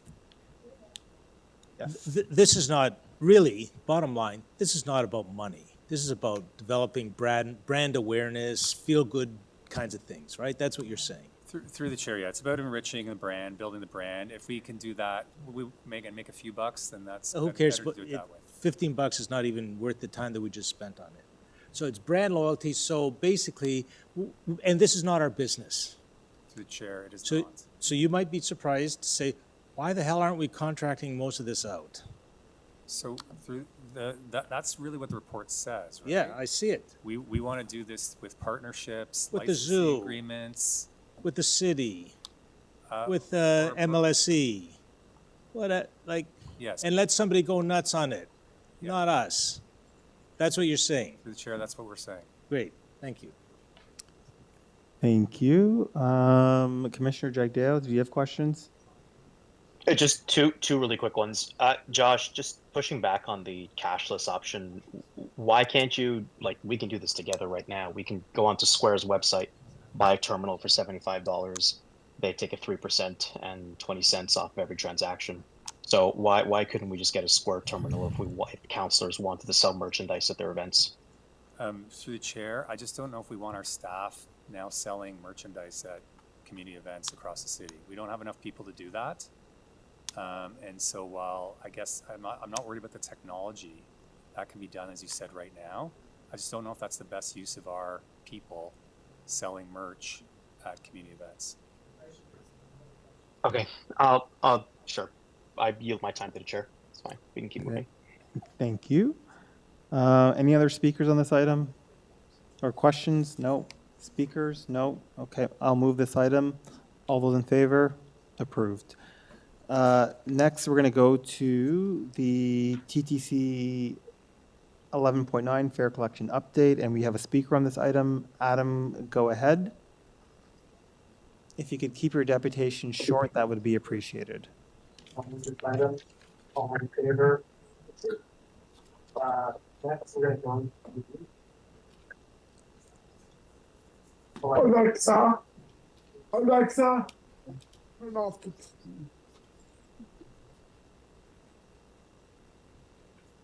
Go ahead, Adam. Okay. All I want to say is you've probably seen in my supporting documents that I am hearing more about the elimination of the cash fare. And I just want to remind everybody that in order to do that properly, I am recommending that you actually look at how you can bolster, and I do realize it's in confidential documents and stuff. That's why I'm hoping that the document was read before you went in closed door, to realize in order to do it safely, to see how far you can expand the network, and also work with other departments of the city, like the Poverty Reduction Initiative and the social offices, to really figure a lot of this stuff out before you just decide, oh, we can save $20 million by eliminating the cash fare, but not making things equitable for everybody in the city. And realizing that for the most part, Canada Post or any of those other places, you can't just go in with $1 or $2. If you read the fine print, setting up those cards are as much, if not more, than using a Presto card and setting those up. And yes, a lot of us are lucky in that we hardly ever lose a card. But for people with other barriers, they constantly are losing cards like that. And in some ways, money is still the easiest for them. Thank you. Thank you very much, Adam. Are there any questions? No, seeing none. Does anybody have any questions they'd like to ask in confidential session? Seeing none, okay, then I will just move. Are there any speakers on the item? Sure. Would you? The fare collection update.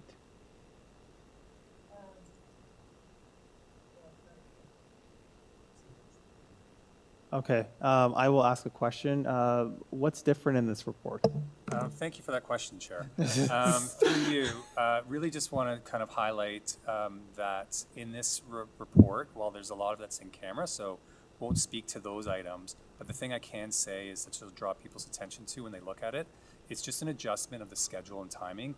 Councillor Sachs brought up some comments last time about just the very real fact that we go into an election period, and so we've adjusted the proposed plan / schedule. You'll see that timing reflected. Our partner knows about that, and so that's also reflected in the shift to the schedule. We will be coming back to you, though, in April with more detail on how things are beginning to progress. My question really was, is there anything useful for us to do here? It sounds as if you're preparing the work, but we don't know what's going to happen yet. Through the chair, we'll be calling on you in April. Thank you. Thank you. Any speakers on the item? Nope. Councillor Sachs, can I ask you to move the motion to adopt the report recommendation? I'm happy to adopt the report. Thank you. All those in favor? Carried. The summary of contract awards over $5 million. I'll just release that and I'll get the answer offline. And then we'll just go into confidential session. Which one? Yes. Okay. No, I'll move it. So I'll move the motion to receive the report on TTC 13.12 summary of contract awards over $5 million from June 23rd, 2025 to December 31st, 2025. All those in favor? Carried. Okay. And I will now move a motion to defer the collective bargaining update. We'll just move that to, there wasn't much to update. All those in favor? Councillor Ainsley, I'll move deferral. Yep, perfect. Thank you. And now we're going to go into There was a question, but we can get that asked offline. Were there any other questions on the Scarborough Busway? Nope. Okay, so we'll just move that. So I'll move the item on the Scarborough Busway. All those in favor? Opposed? Carried.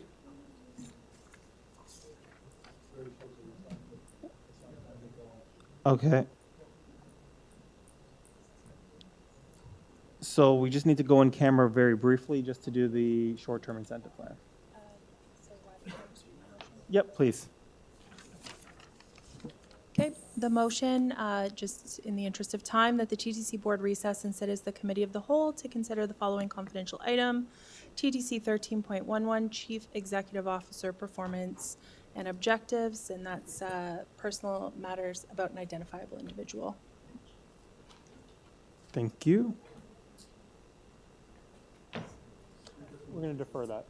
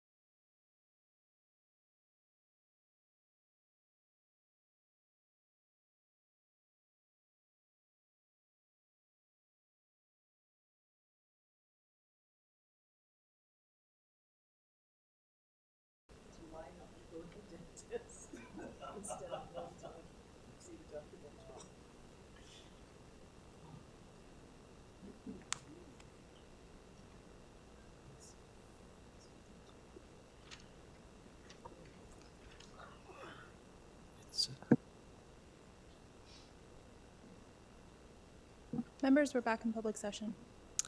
Thank you. So we were on item TTC 13.11, CEO's performance and objectives. Can I have a motion to adopt the recommendations? I'll move. All those in favor? Carried. That concludes the business of this meeting. Can I please have a motion to adjourn? Thank you, Commissioner Osborne. All those in favor? Carried. We are adjourned. Thank you very much. Thank you, everybody. Thank you.